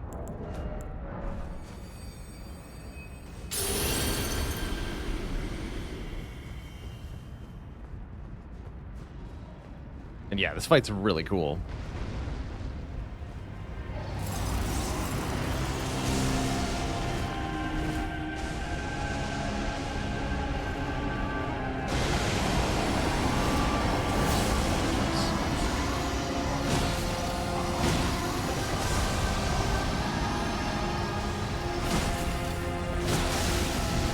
That's a lot of damage.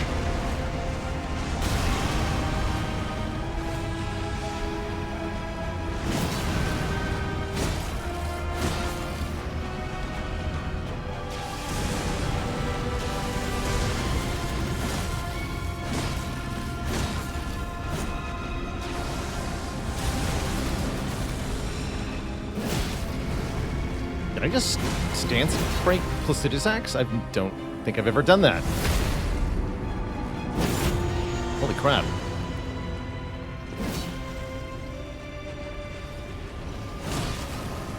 There he goes. Vanishes into a cloud. You are.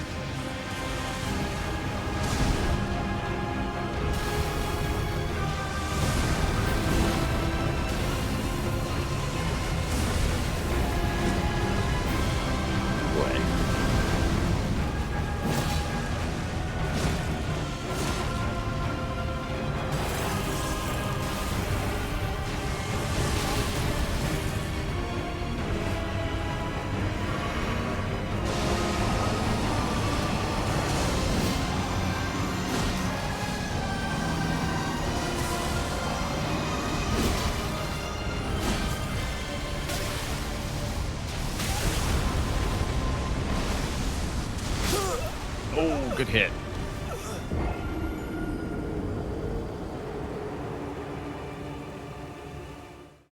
That was a good try. Wait, really? I have to do the full run each time? I thought there was a thing. Heck. Well, that's annoying.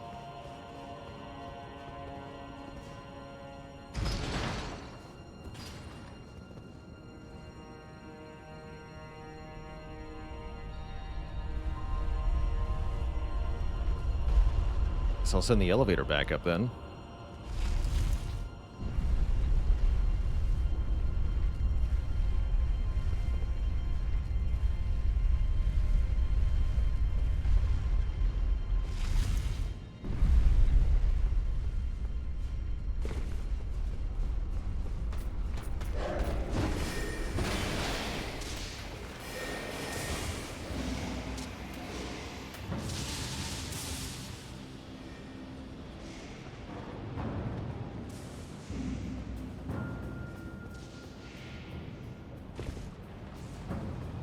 Not too bad.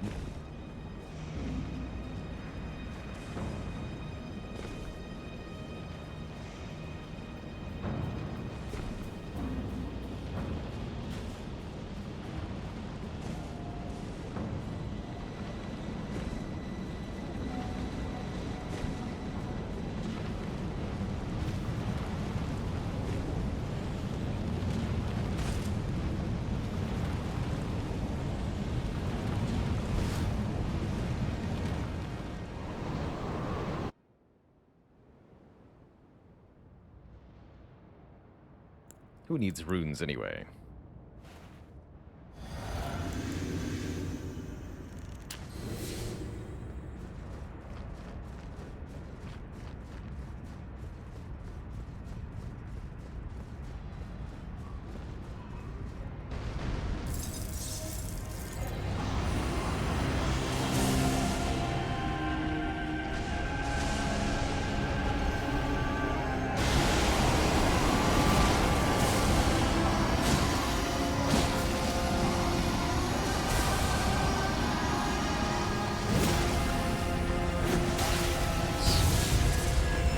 Oh no, he's doing it.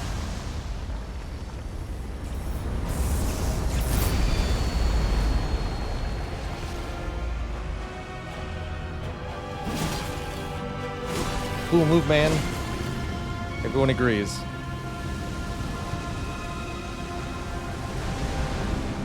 That's what makes you the Dragonlord.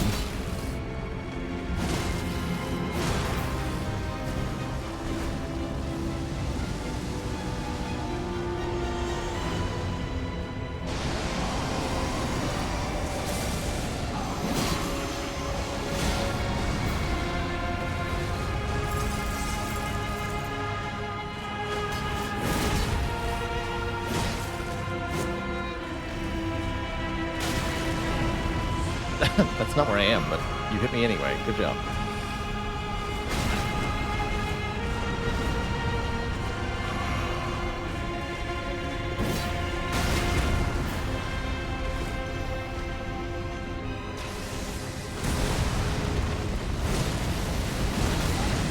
The fire.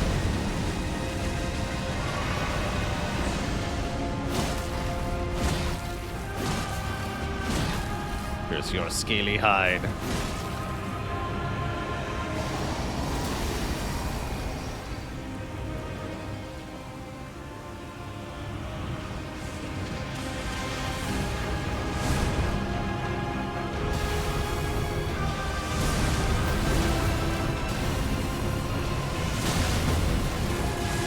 Got me there.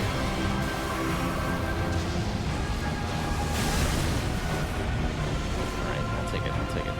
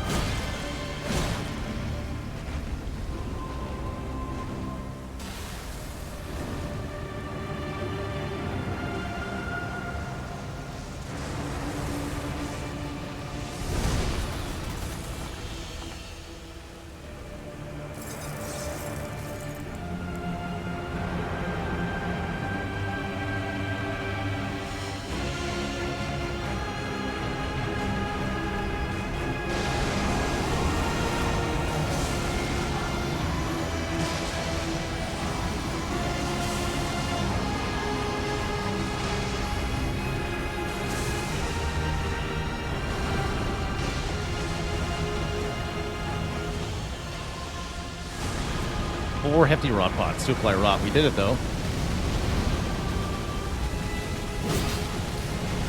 This better be the attempt, then. Hey.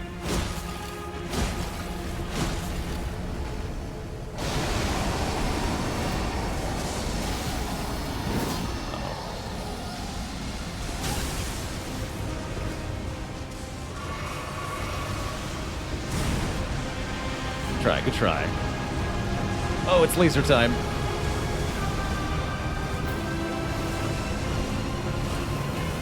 Ooh, got it. Sweet. Panic rolling saves the day.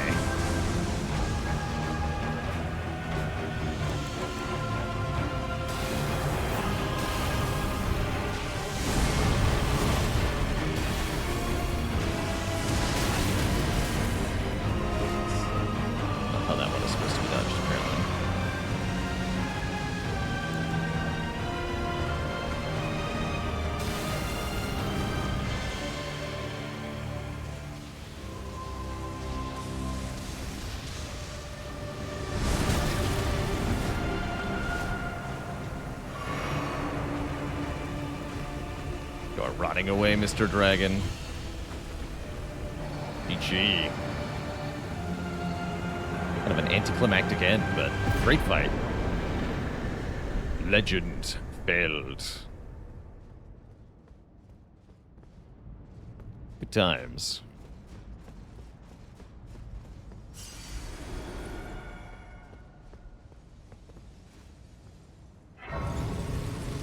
Jimble Sara, thanks for the Prime sub. 21 months of support.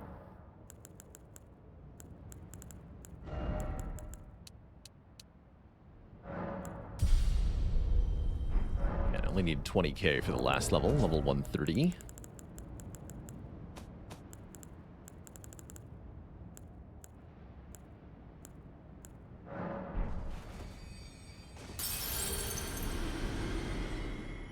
Like dying to hourglass, yeah.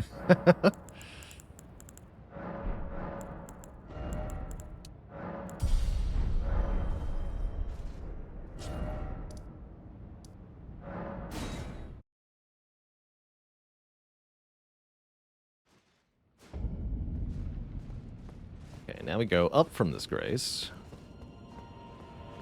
More stuff to fight. Still tons of freezing grease. Might as well keep using it.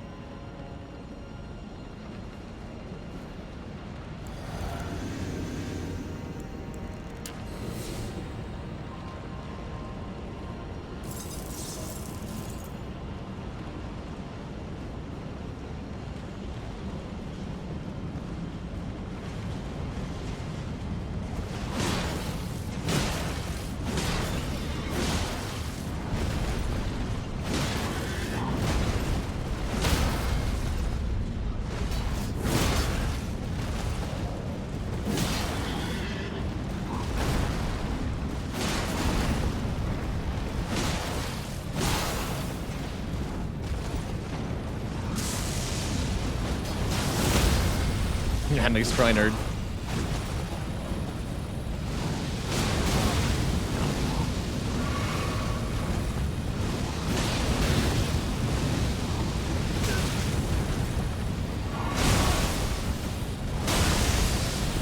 It's good damage, though. Really good damage. Nice shot.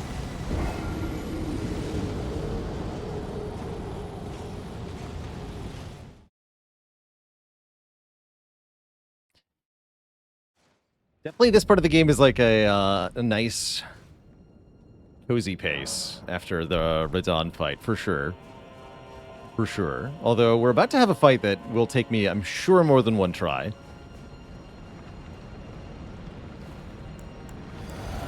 Not talking about the dragon guy. Rather, Maliketh. The Black Blade. Quite a fight.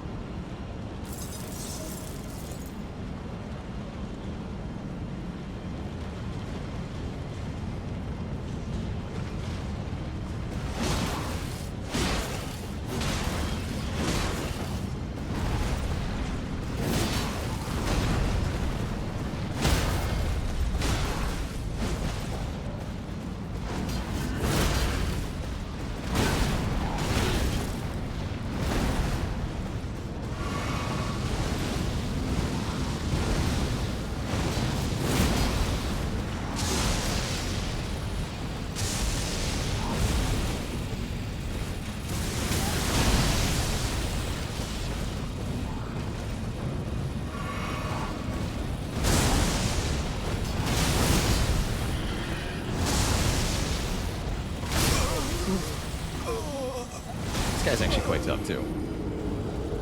Gotta be less greedy with him. Not expect fire-breathing horse.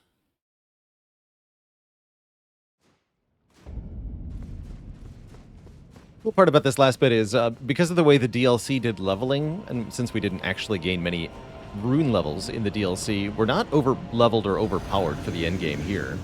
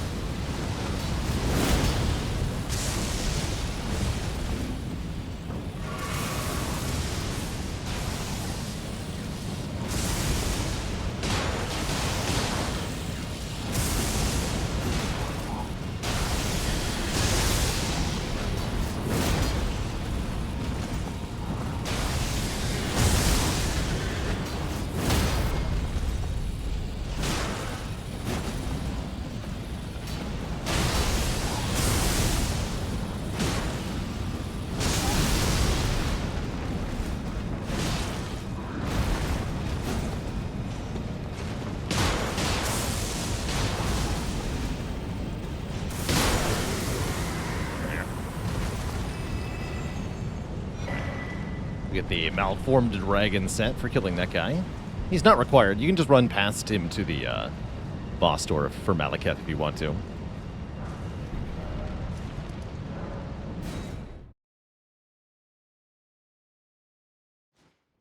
Reminds me, I did want to go back to our former flask setup.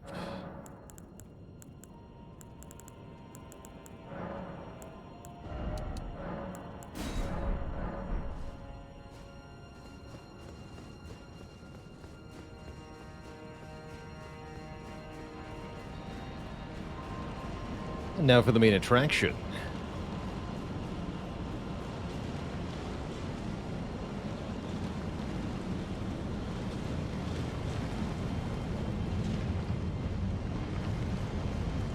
I think Gaius is worse than Radahn as a boss fight. I think Gaius is a bit jankier, which makes him feel unfair. It's not great.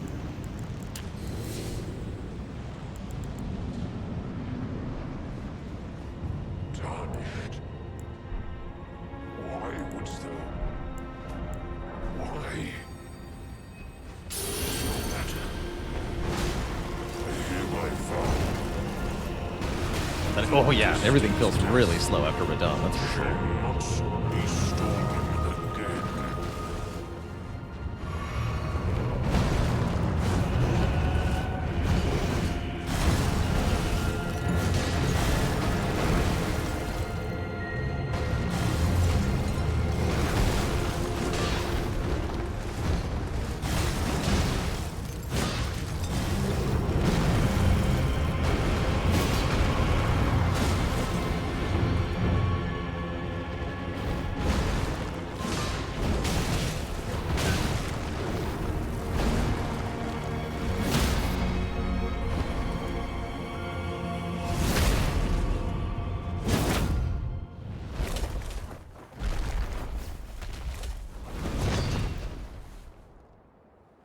This is one of my favorite fights in the game.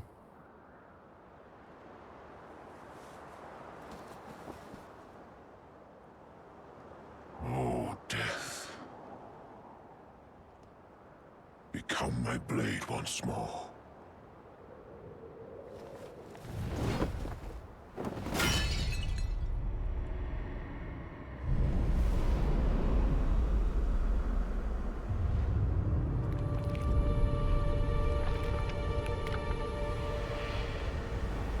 Rather than have it be stolen, Maliketh decides to use the power of the Rune of Death against us, unshackling it, and assuming his former identity.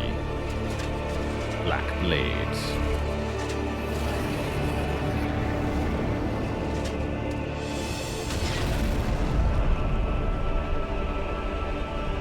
He's a hell of a fight. Can't remember if I'm allowed to heal here. Let's find out.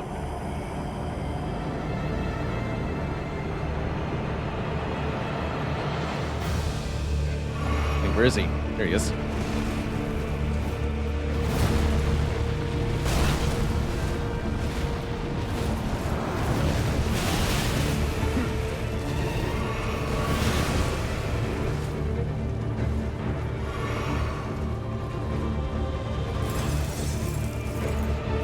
Okay, I'm ready for you now. Come on.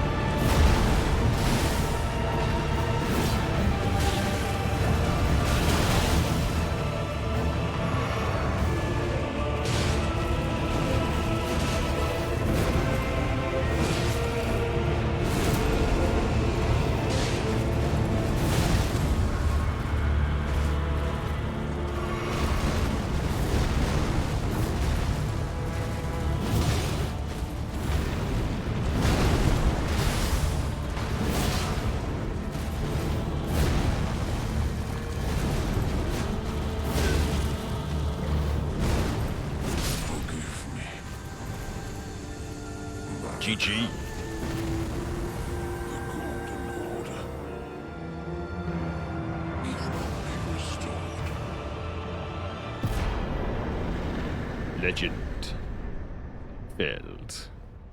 Yeah, it's a great fight.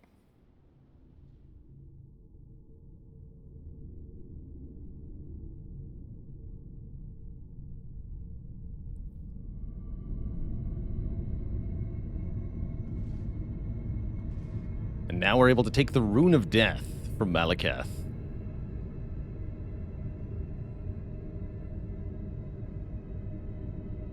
Unbind destined death once more.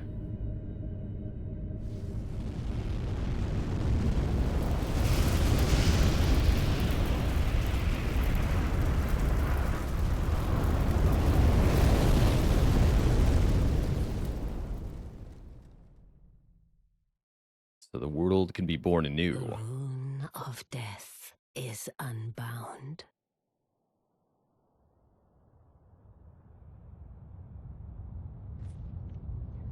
And the lands between are shrouded by death's dark fate. But the flames will also burn the impenetrable thorns.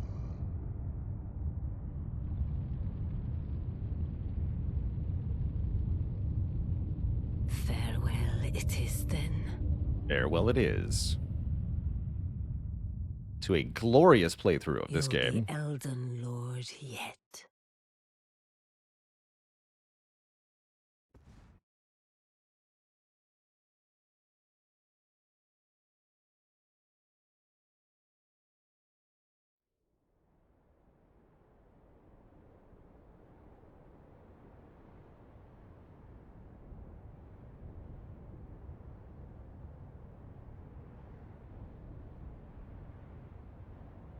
And now we awake at the capital, Leendell, buried in ash from the Erdtree burning.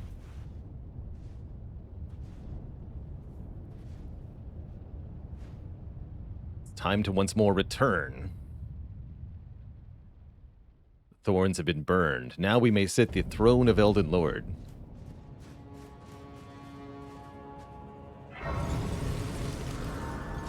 Sure, you want to see the map state? Here is the current state of the overall world here.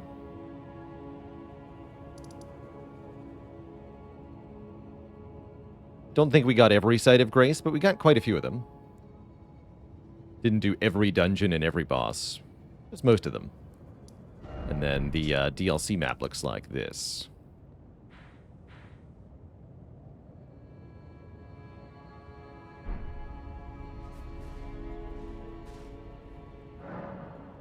Quite thorough indeed. There's a little bit to do here in the Ashen capital. There's a couple cool talismans you can find. Behold, the Erdtree yet stands, tall and unwavering, mindless of the scorch of the flame of ruin. Ah, then we are yet golden ones. What are the grace pointers still in the DLC map about? Those were pointing us to the cleansing tree, I'm pretty sure.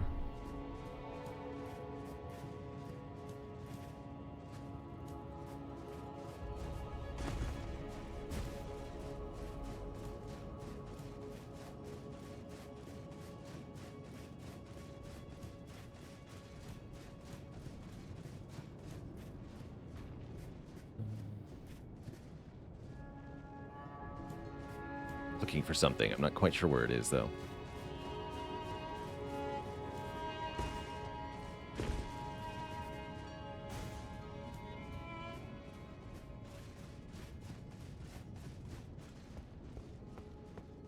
Oh, yeah, here we are. The grate has been removed from this. And we can drop down from here. This is the only way into the subterranean shunning grounds once the capital's been converted to the Ashen form.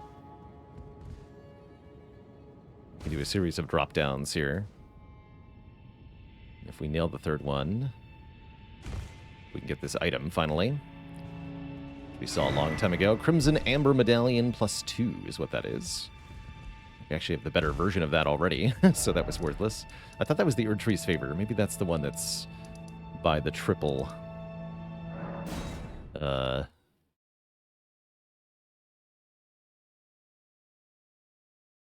triple corrupted Erdtree avatar. Not gonna go fight those things.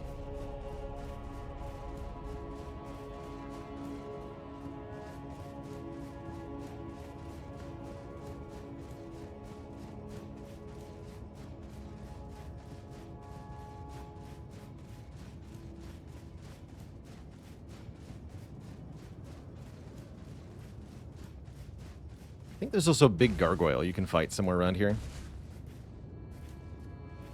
Nothing directly labeled as a major enemy. Sort of like mini bosses.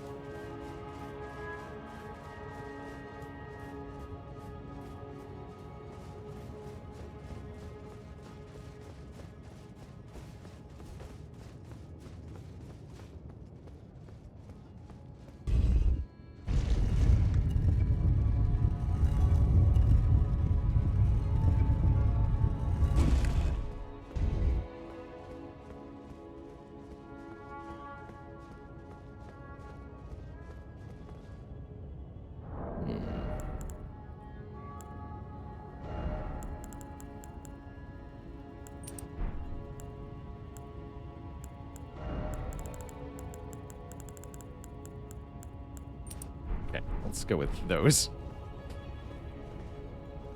For Mr. Gideon.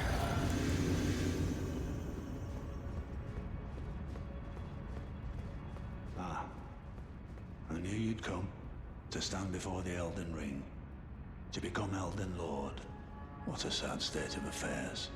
I commend your spirit, but alas, none shall take the throne. Queen Maliketh has high hopes for us, that we continue to struggle unto eternity. Oh, yeah. Continue to struggle indeed. Sir Gideon Ofnir uses the spells of the demigods that we have discovered for him. But pretty much everybody's special abilities are on display here in this fight.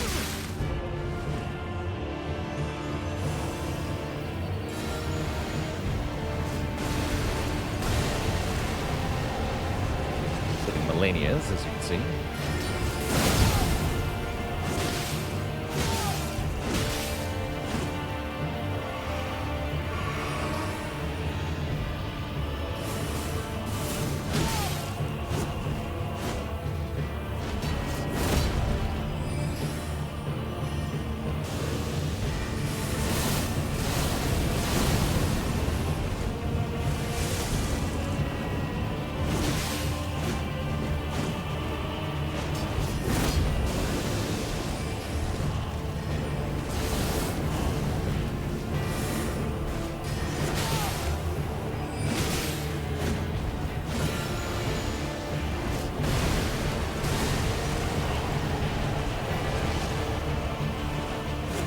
Dodge roll out of that, buddy?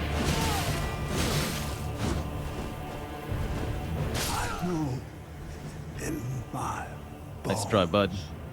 a tarnished cannot become a lord.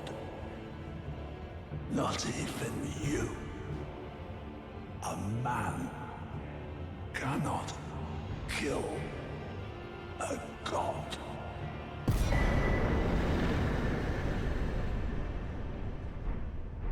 Get the armor of the all-knowing. The skull is from the base game. He'll only use that if you killed Rykard in your playthrough. Knowledge begins with the recognition of one's ignorance. The realization that the search for knowledge is unending. But when Gideon glimpsed into the will of Queen Marika, he shuddered in fear. Yeah, let's run a prediction here.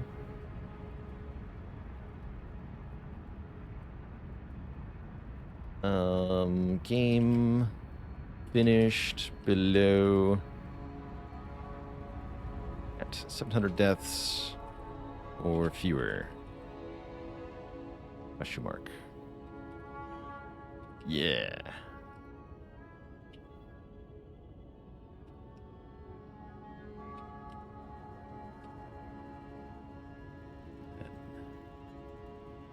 Submission period must be. Make it 2 minutes here. Get your votes in now, Twitch chat. Will we finish this at below 700 deaths or not?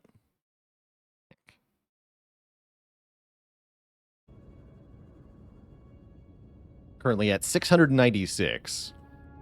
We only have a couple of bosses left.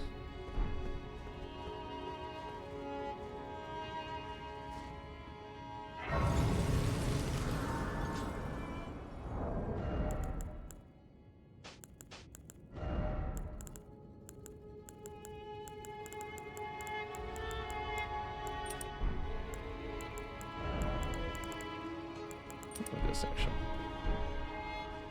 Yes, you can ride them out against the Elden Beast now, which is pretty sweet. Very much so.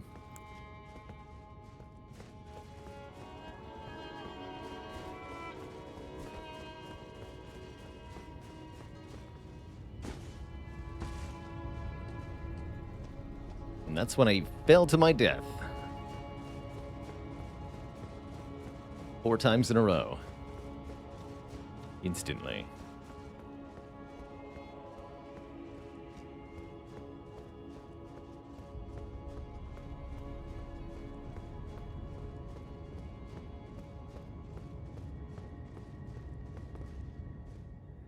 He is returned. The Lord has returned at long last.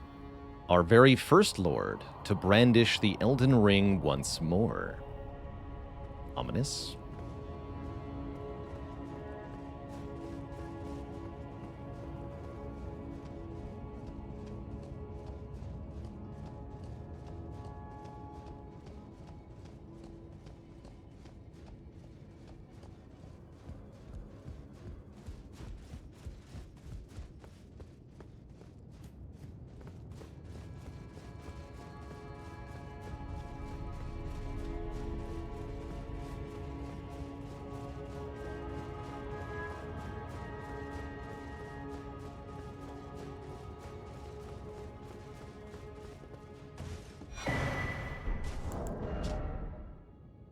The Erdtree once flourished with abundance, yet it was only for a fleeting moment. Such is the course of all life and all bet submission periods.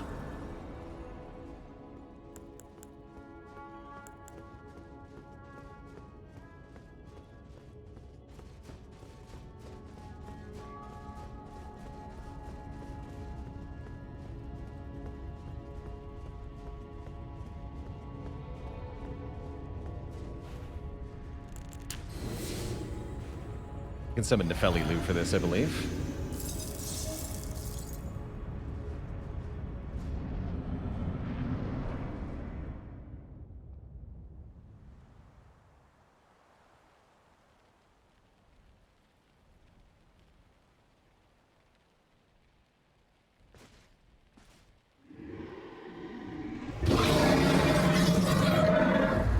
Or of Serash. It's been a long while, Morgoth. Godfrey is resting with the body of his son. I think his son. Battled by the Beast Regent Serash. Yeah, he's resting at a grace. Note how the grace has a beam of guidance here that points him towards us. He's actually receiving guidance that we have to fight him, or that he has to fight us. It's pretty cool. You can see that in the cutscene. Be assured, the Elden Ring Fair fight. resteth close at hand.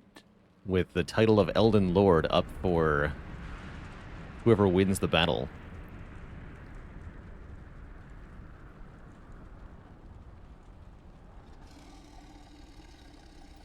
Alas, I am returned. Nice axe.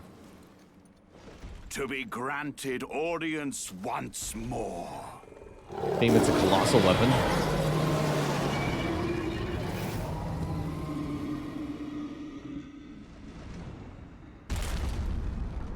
Upon my name as Godfrey,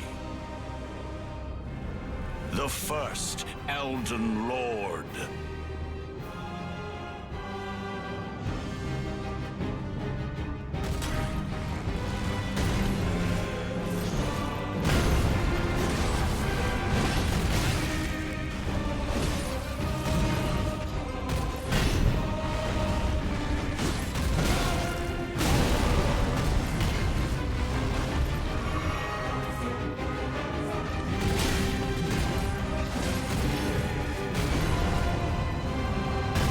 Oh, that's right. Get the full combo on that thing. That's right.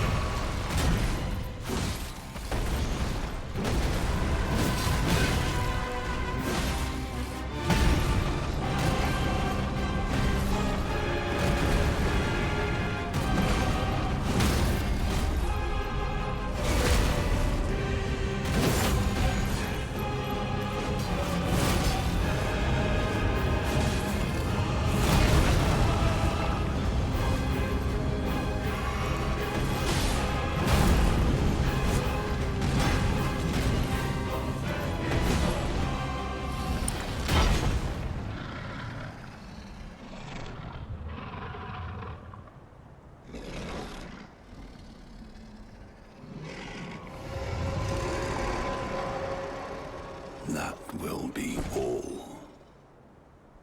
Thou didst me good service, Serash.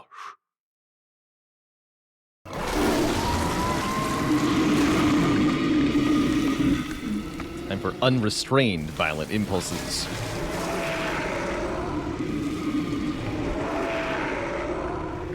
Godfrey kills his guardian beast Serash because he no longer has need of restraint. Now is the time for all-out aggression, all-out offense. Battle as nothing but a primal warrior full of bloodlust. I've given thee courtesy enough.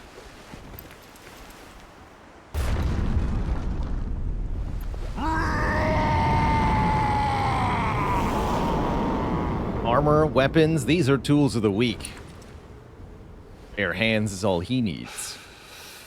tear us apart. Now I fight as Horaloo. Warrior!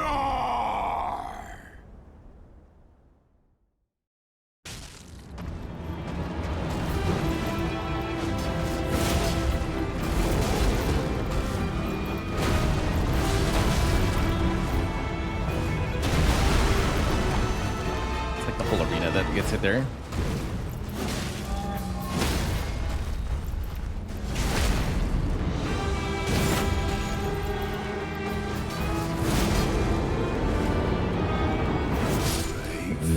Tarnished.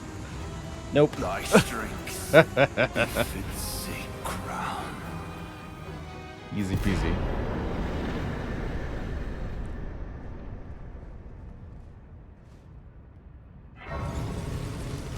Good shot.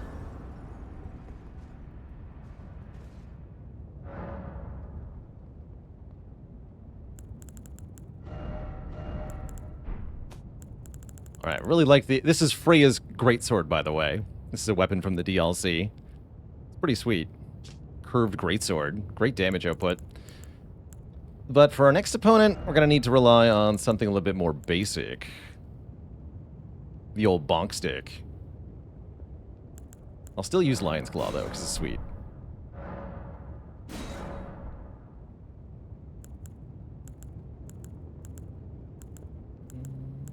I'll go quality Great Mace, sure.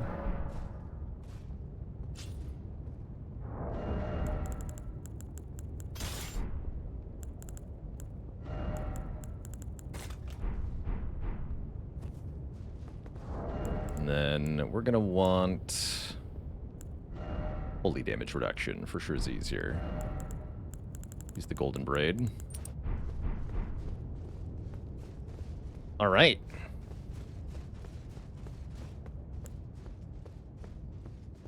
Time for awesome music theme. And the final boss battle. Battles of Elden Ring. Time to enter the Erdtree and become a lord.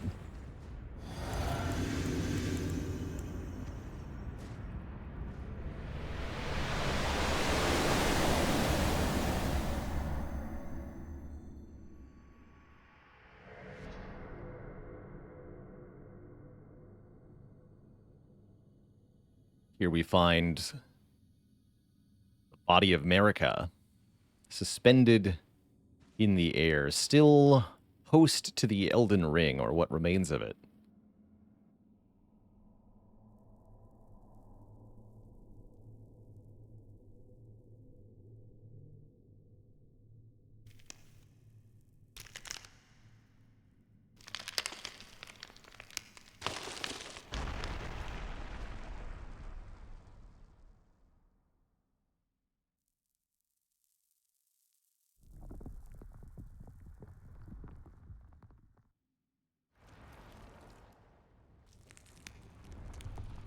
She seizes the hammer that was used to crack the Elden Ring and morphs here into her alter ego, her hair changing from golden to red, body shifting from feminine to masculine, becoming Radahn, her own alter ego.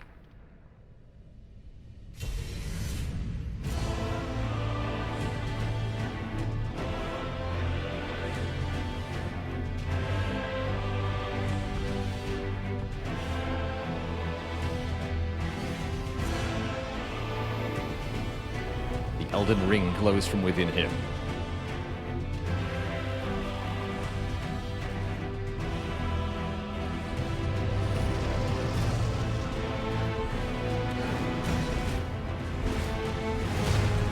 Slow.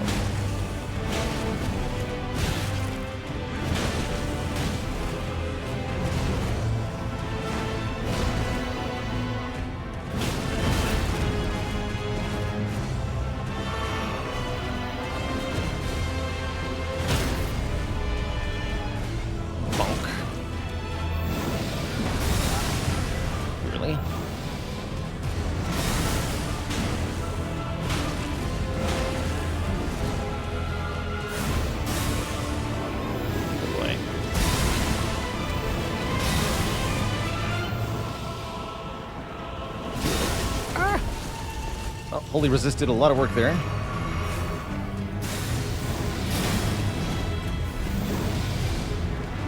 So slow! Why is it so slow? Grab is so slow.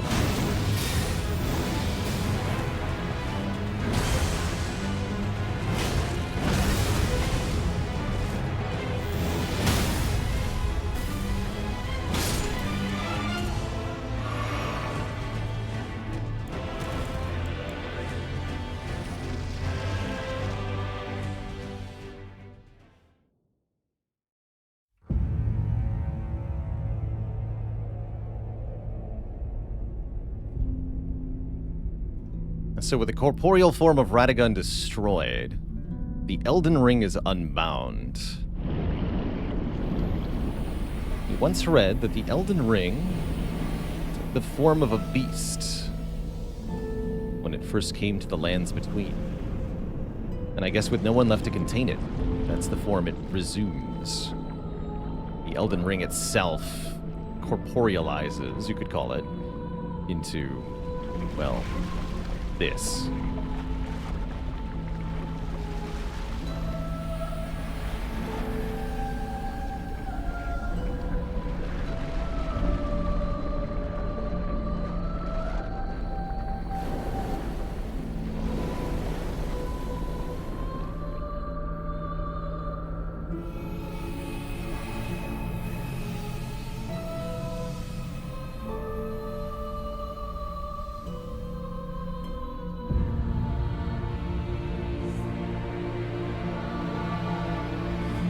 So stunning.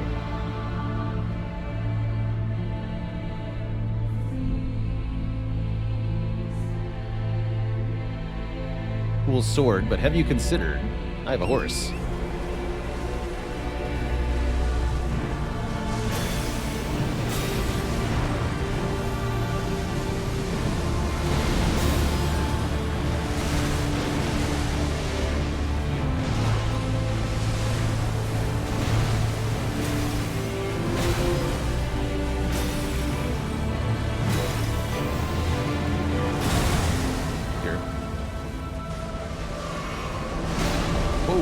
Sword, man.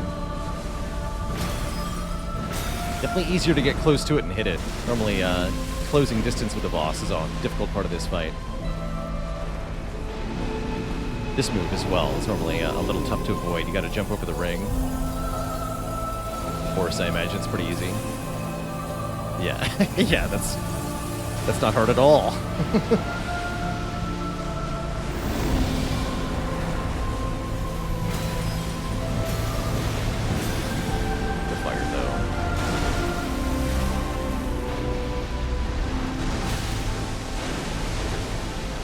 But not me.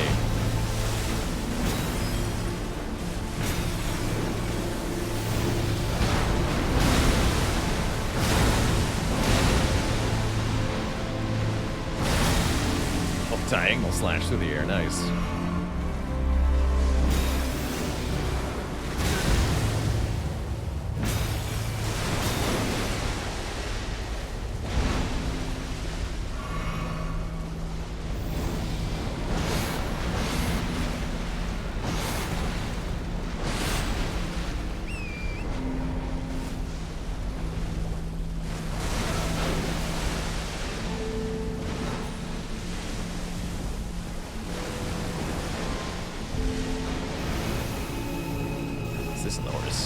Oh, nice. That's cool. Yeah, I like that. That feels good. I was worried about that not on the horse. Yeah. That's why I was off the horse last time.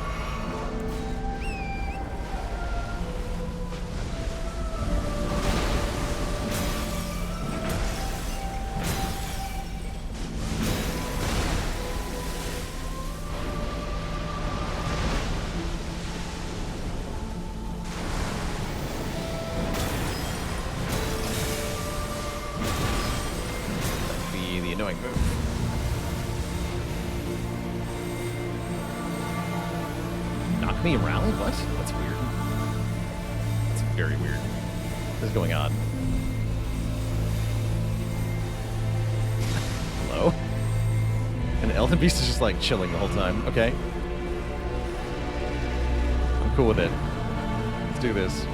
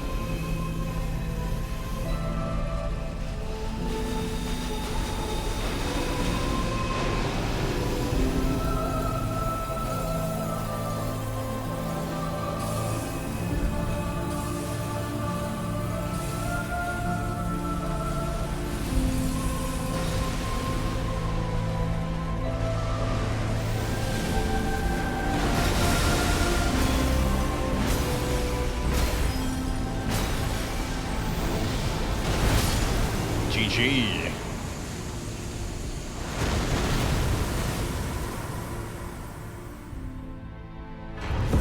Slain. We get the Elden Remembrance. And the opportunity to sit the throne of Elden. Believers rejoice. Yeah, big payout to the believers there. Not only did we do it under 700, we did it deathless through the end there. Payout to the believers.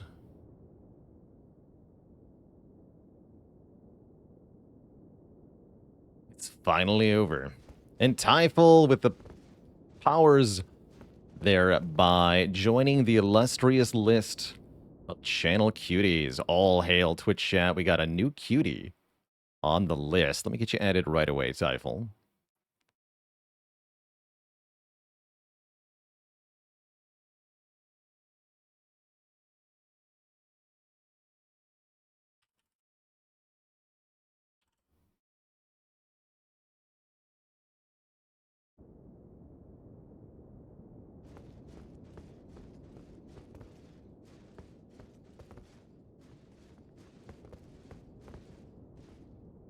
So here we should have...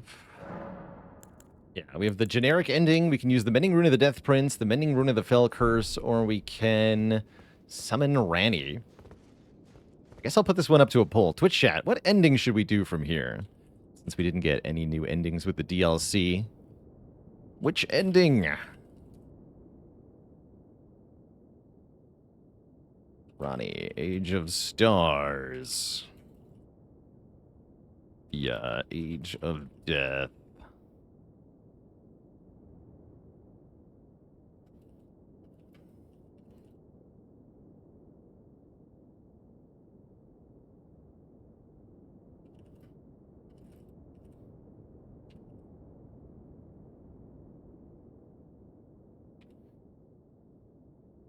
All right, Twitch chat. Here's your options. Which ending will we take? Will we take the Age of Stars for completing Ranni's quest? Will we use the Mending Rune of the Death Prince to restore the Order of Death and allow, I guess, living and dead to be equal? Will we use the Mending Rune of the Fell Curse to curse the world and impose a new order of blasphemy and defilement as dictated by the Dung Eater? Or do we just fix it and sit on the throne like a chump? Those are the choices. Looks like Ranni is clearly leading the polls, as she should. As she should.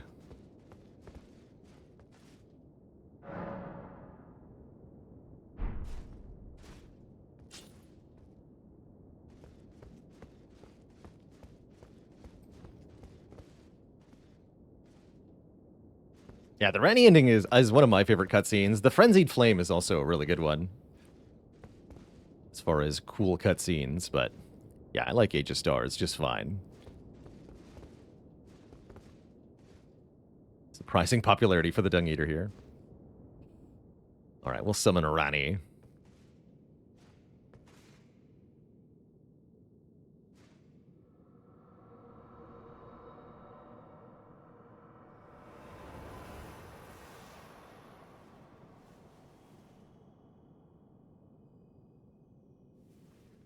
Rennie's a more distinct one. Some of the other cutscenes are very similar to each other, like the Age of Death and the The battle is over, I see. Fell Curse one are basically identical cutscenes with a different skybox.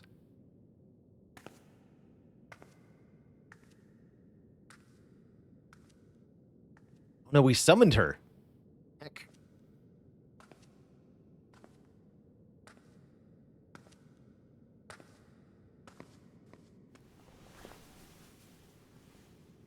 Sure, Aaron W. Why are there no good Elden Ring puns? Because all the good ones are Radahn. No refunds.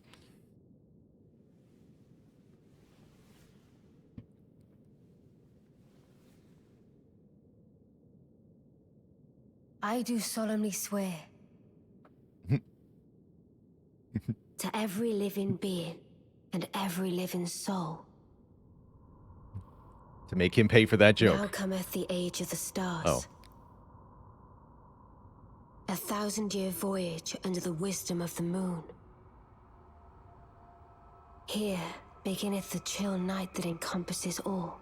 That's a gorgeous reaching the cutscene. great beyond. Especially in 4K. Holy heck. Into fear, doubt, and loneliness. As the path stretcheth into darkness. Now we're the chosen consort. Heck yeah. It's fitting, actually, the armor.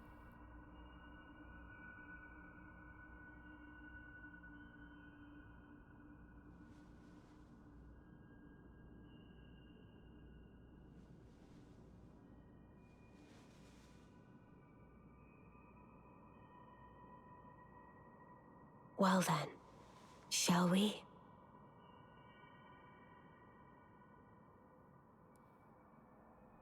Let's. My fair consort eternal.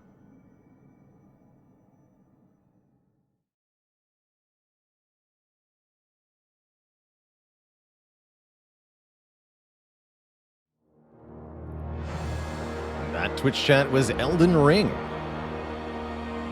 World created by Hidetaka Miyazaki and George R.R. Martin. Getting equal billing there. Cool stuff. GG at over 110 hours. This was quite the playthrough. With no shields, no summons, no spells or incantations. Doing the DLC for the very first time was very fun, too. All with a total of under 700 deaths. I'm not upset with that at all. Again, my expectation was around 1,000, so I'm 300 deaths below what I expected. That's really good. Zero Kuro with the 4 months of support. Thank you, thank you. Yeah, so Ronnie goes to space to confront the greater will, or just to see what's out there in some fashion. And yeah, we did get Radahn earlier in the stream today. It was quite a fight. To do space stuff. We also did Putrescent Knights. I think we did every remembrance boss in the game, both base game and DLC, I believe. Any bosses I thought would cost me more deaths? Radahn, believe it or not. I thought would be more than... I thought we'd get closer to 200 on him. Millennia was actually more than I thought, because I have fought her a few times before. Toughest DLC boss is hands down, it's Radahn. No question. Radahn is a monster. Absolute monster.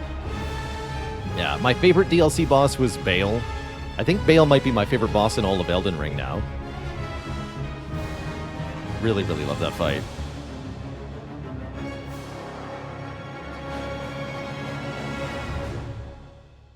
Curse you, Bale. Yeah, we dealt with the horse skeleton. We did. We got him. The Putrescent Knight, that's what he's called. Now time for the Dark Souls 3 DLCs. So here's what I'm thinking, is that every month I choose a game to nominate to put on the game vote. And if there's interest in in seeing more Souls playthroughs, what I'm going to do is, for next month, I'm going to put Dark Souls 3 on the game vote. And that'll give us that'll let me kind of gauge the overall interest in seeing a Dark Souls 3 playthrough. I've never done the DLC of Dark Souls 3, so I would purchase the DLCs and we could do, you know, Dark Eater, Meteor, and Slave Knight Gale. Bale? Whatever his name is? No, yeah, Gale. Slave Knight Gale? I think that's his name. Yeah, I've never fought those before. It should be fun.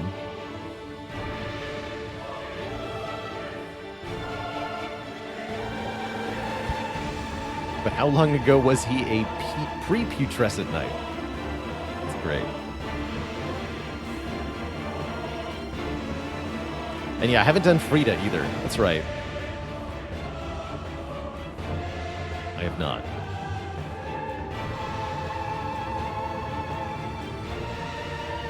Yeah, that's the plan. GG. So again, thank you everybody for tuning in here and watching this playthrough of Elden Ring. Again, if you're here listening to this and you've been either watching from the beginning or you just tuned in for today, either way, it was awesome to have so much interest in this playthrough.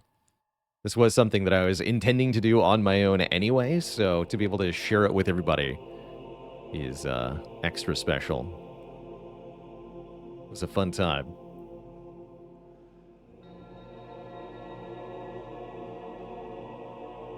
Come for the spires, stay for the dead jokes. Just, when does the playthrough start? Uh-oh. Well, I guess we're about to start New Game Plus, or we have the option to start it now.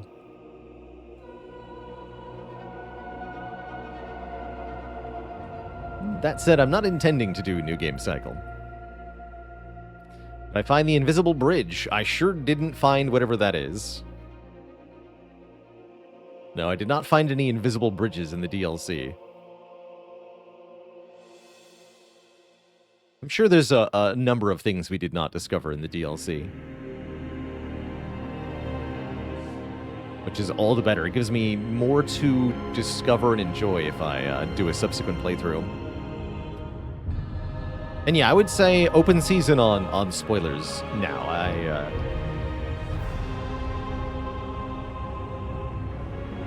don't need to, like, blindly find every Shadow Tree fragment or anything. You know, the ones that I missed, I'm cool with knowing where they are, for example. New game, no dodging allowed.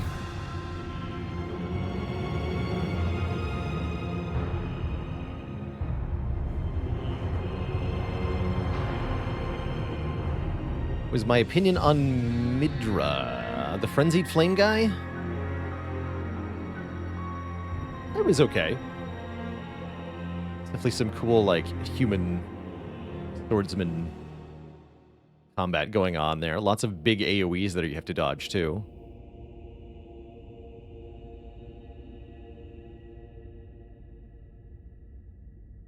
I did not find the bell bearing, the string bell bearing. I imagine there's a couple other bell bearings we didn't find that let you get some other craftable stuff. Did I realize who Trina is? Yeah, Saint Trina is... I guess she must be the discarded pieces of Mikola. She's Mikola's alter ego. Or they are. He is? Unclear, really. Mikola's gender is very ambiguous.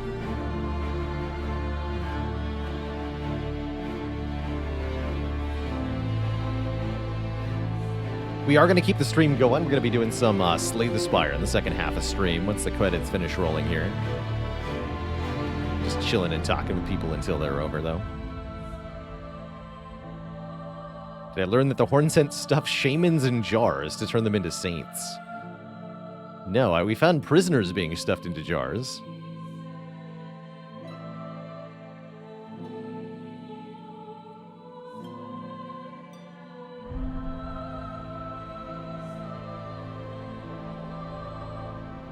Who is harder between Millennia and Radahn? I feel like I died more to Millennia the first time than I did to Radahn.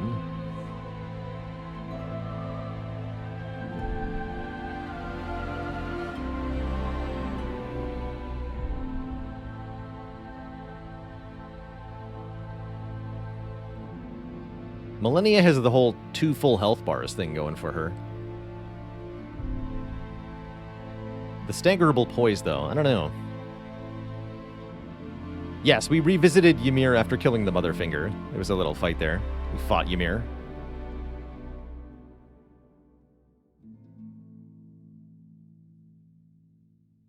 Needed to imbibe nectar more times. Oh, I see.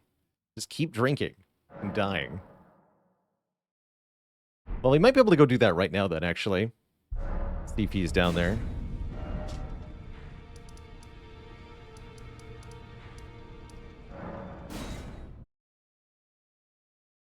Death counter about to increase.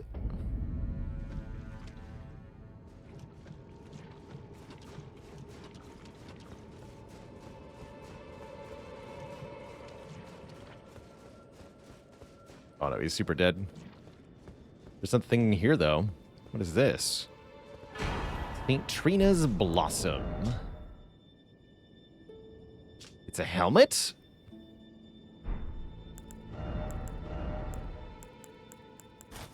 Yo, the fashion souls. Amazing.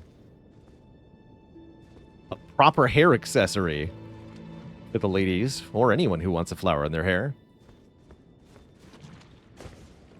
Love it. And it increases our maximum...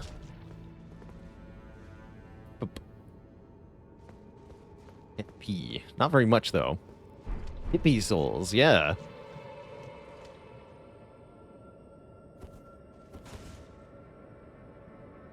Wearing this armor without the helmet and having a flower on my head makes me look very, Emperor-like. Bet with the Miquella's crown, I'll look even more like a ruler. Where's that crown? Here. Oh, yeah. Now we are the king. Caesar! All hail. Let's not have a... like a long sword, though. A huge sword, just a long sword.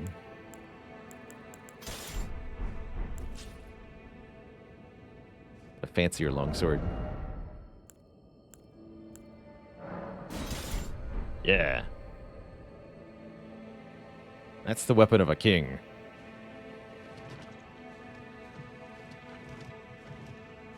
Well, now to lord over the lands between, I suppose.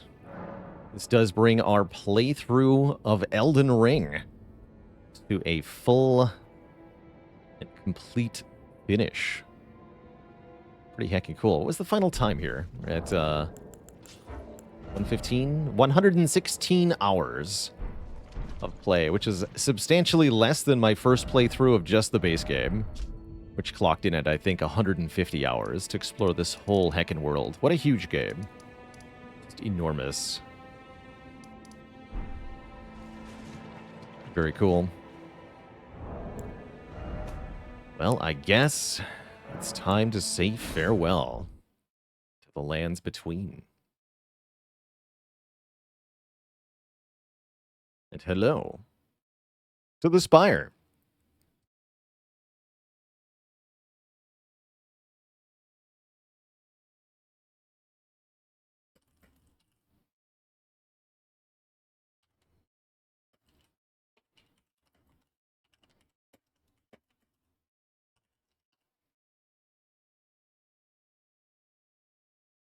Get that booted up. As we switch games here, I am going to take a quick break, Twitch chat, refill my legs, stretch my water, all that jazz. So I'm going to disappear for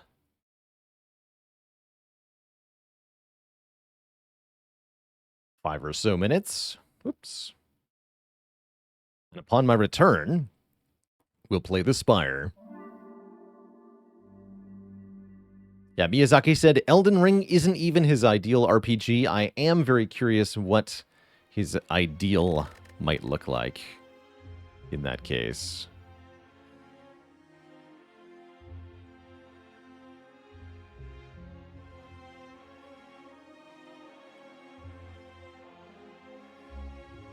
Not update my category correctly.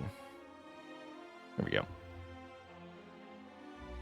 There we go. And yeah, we'll do a streak run. We're currently at 3 with the silent. We'll see if we can make it 4.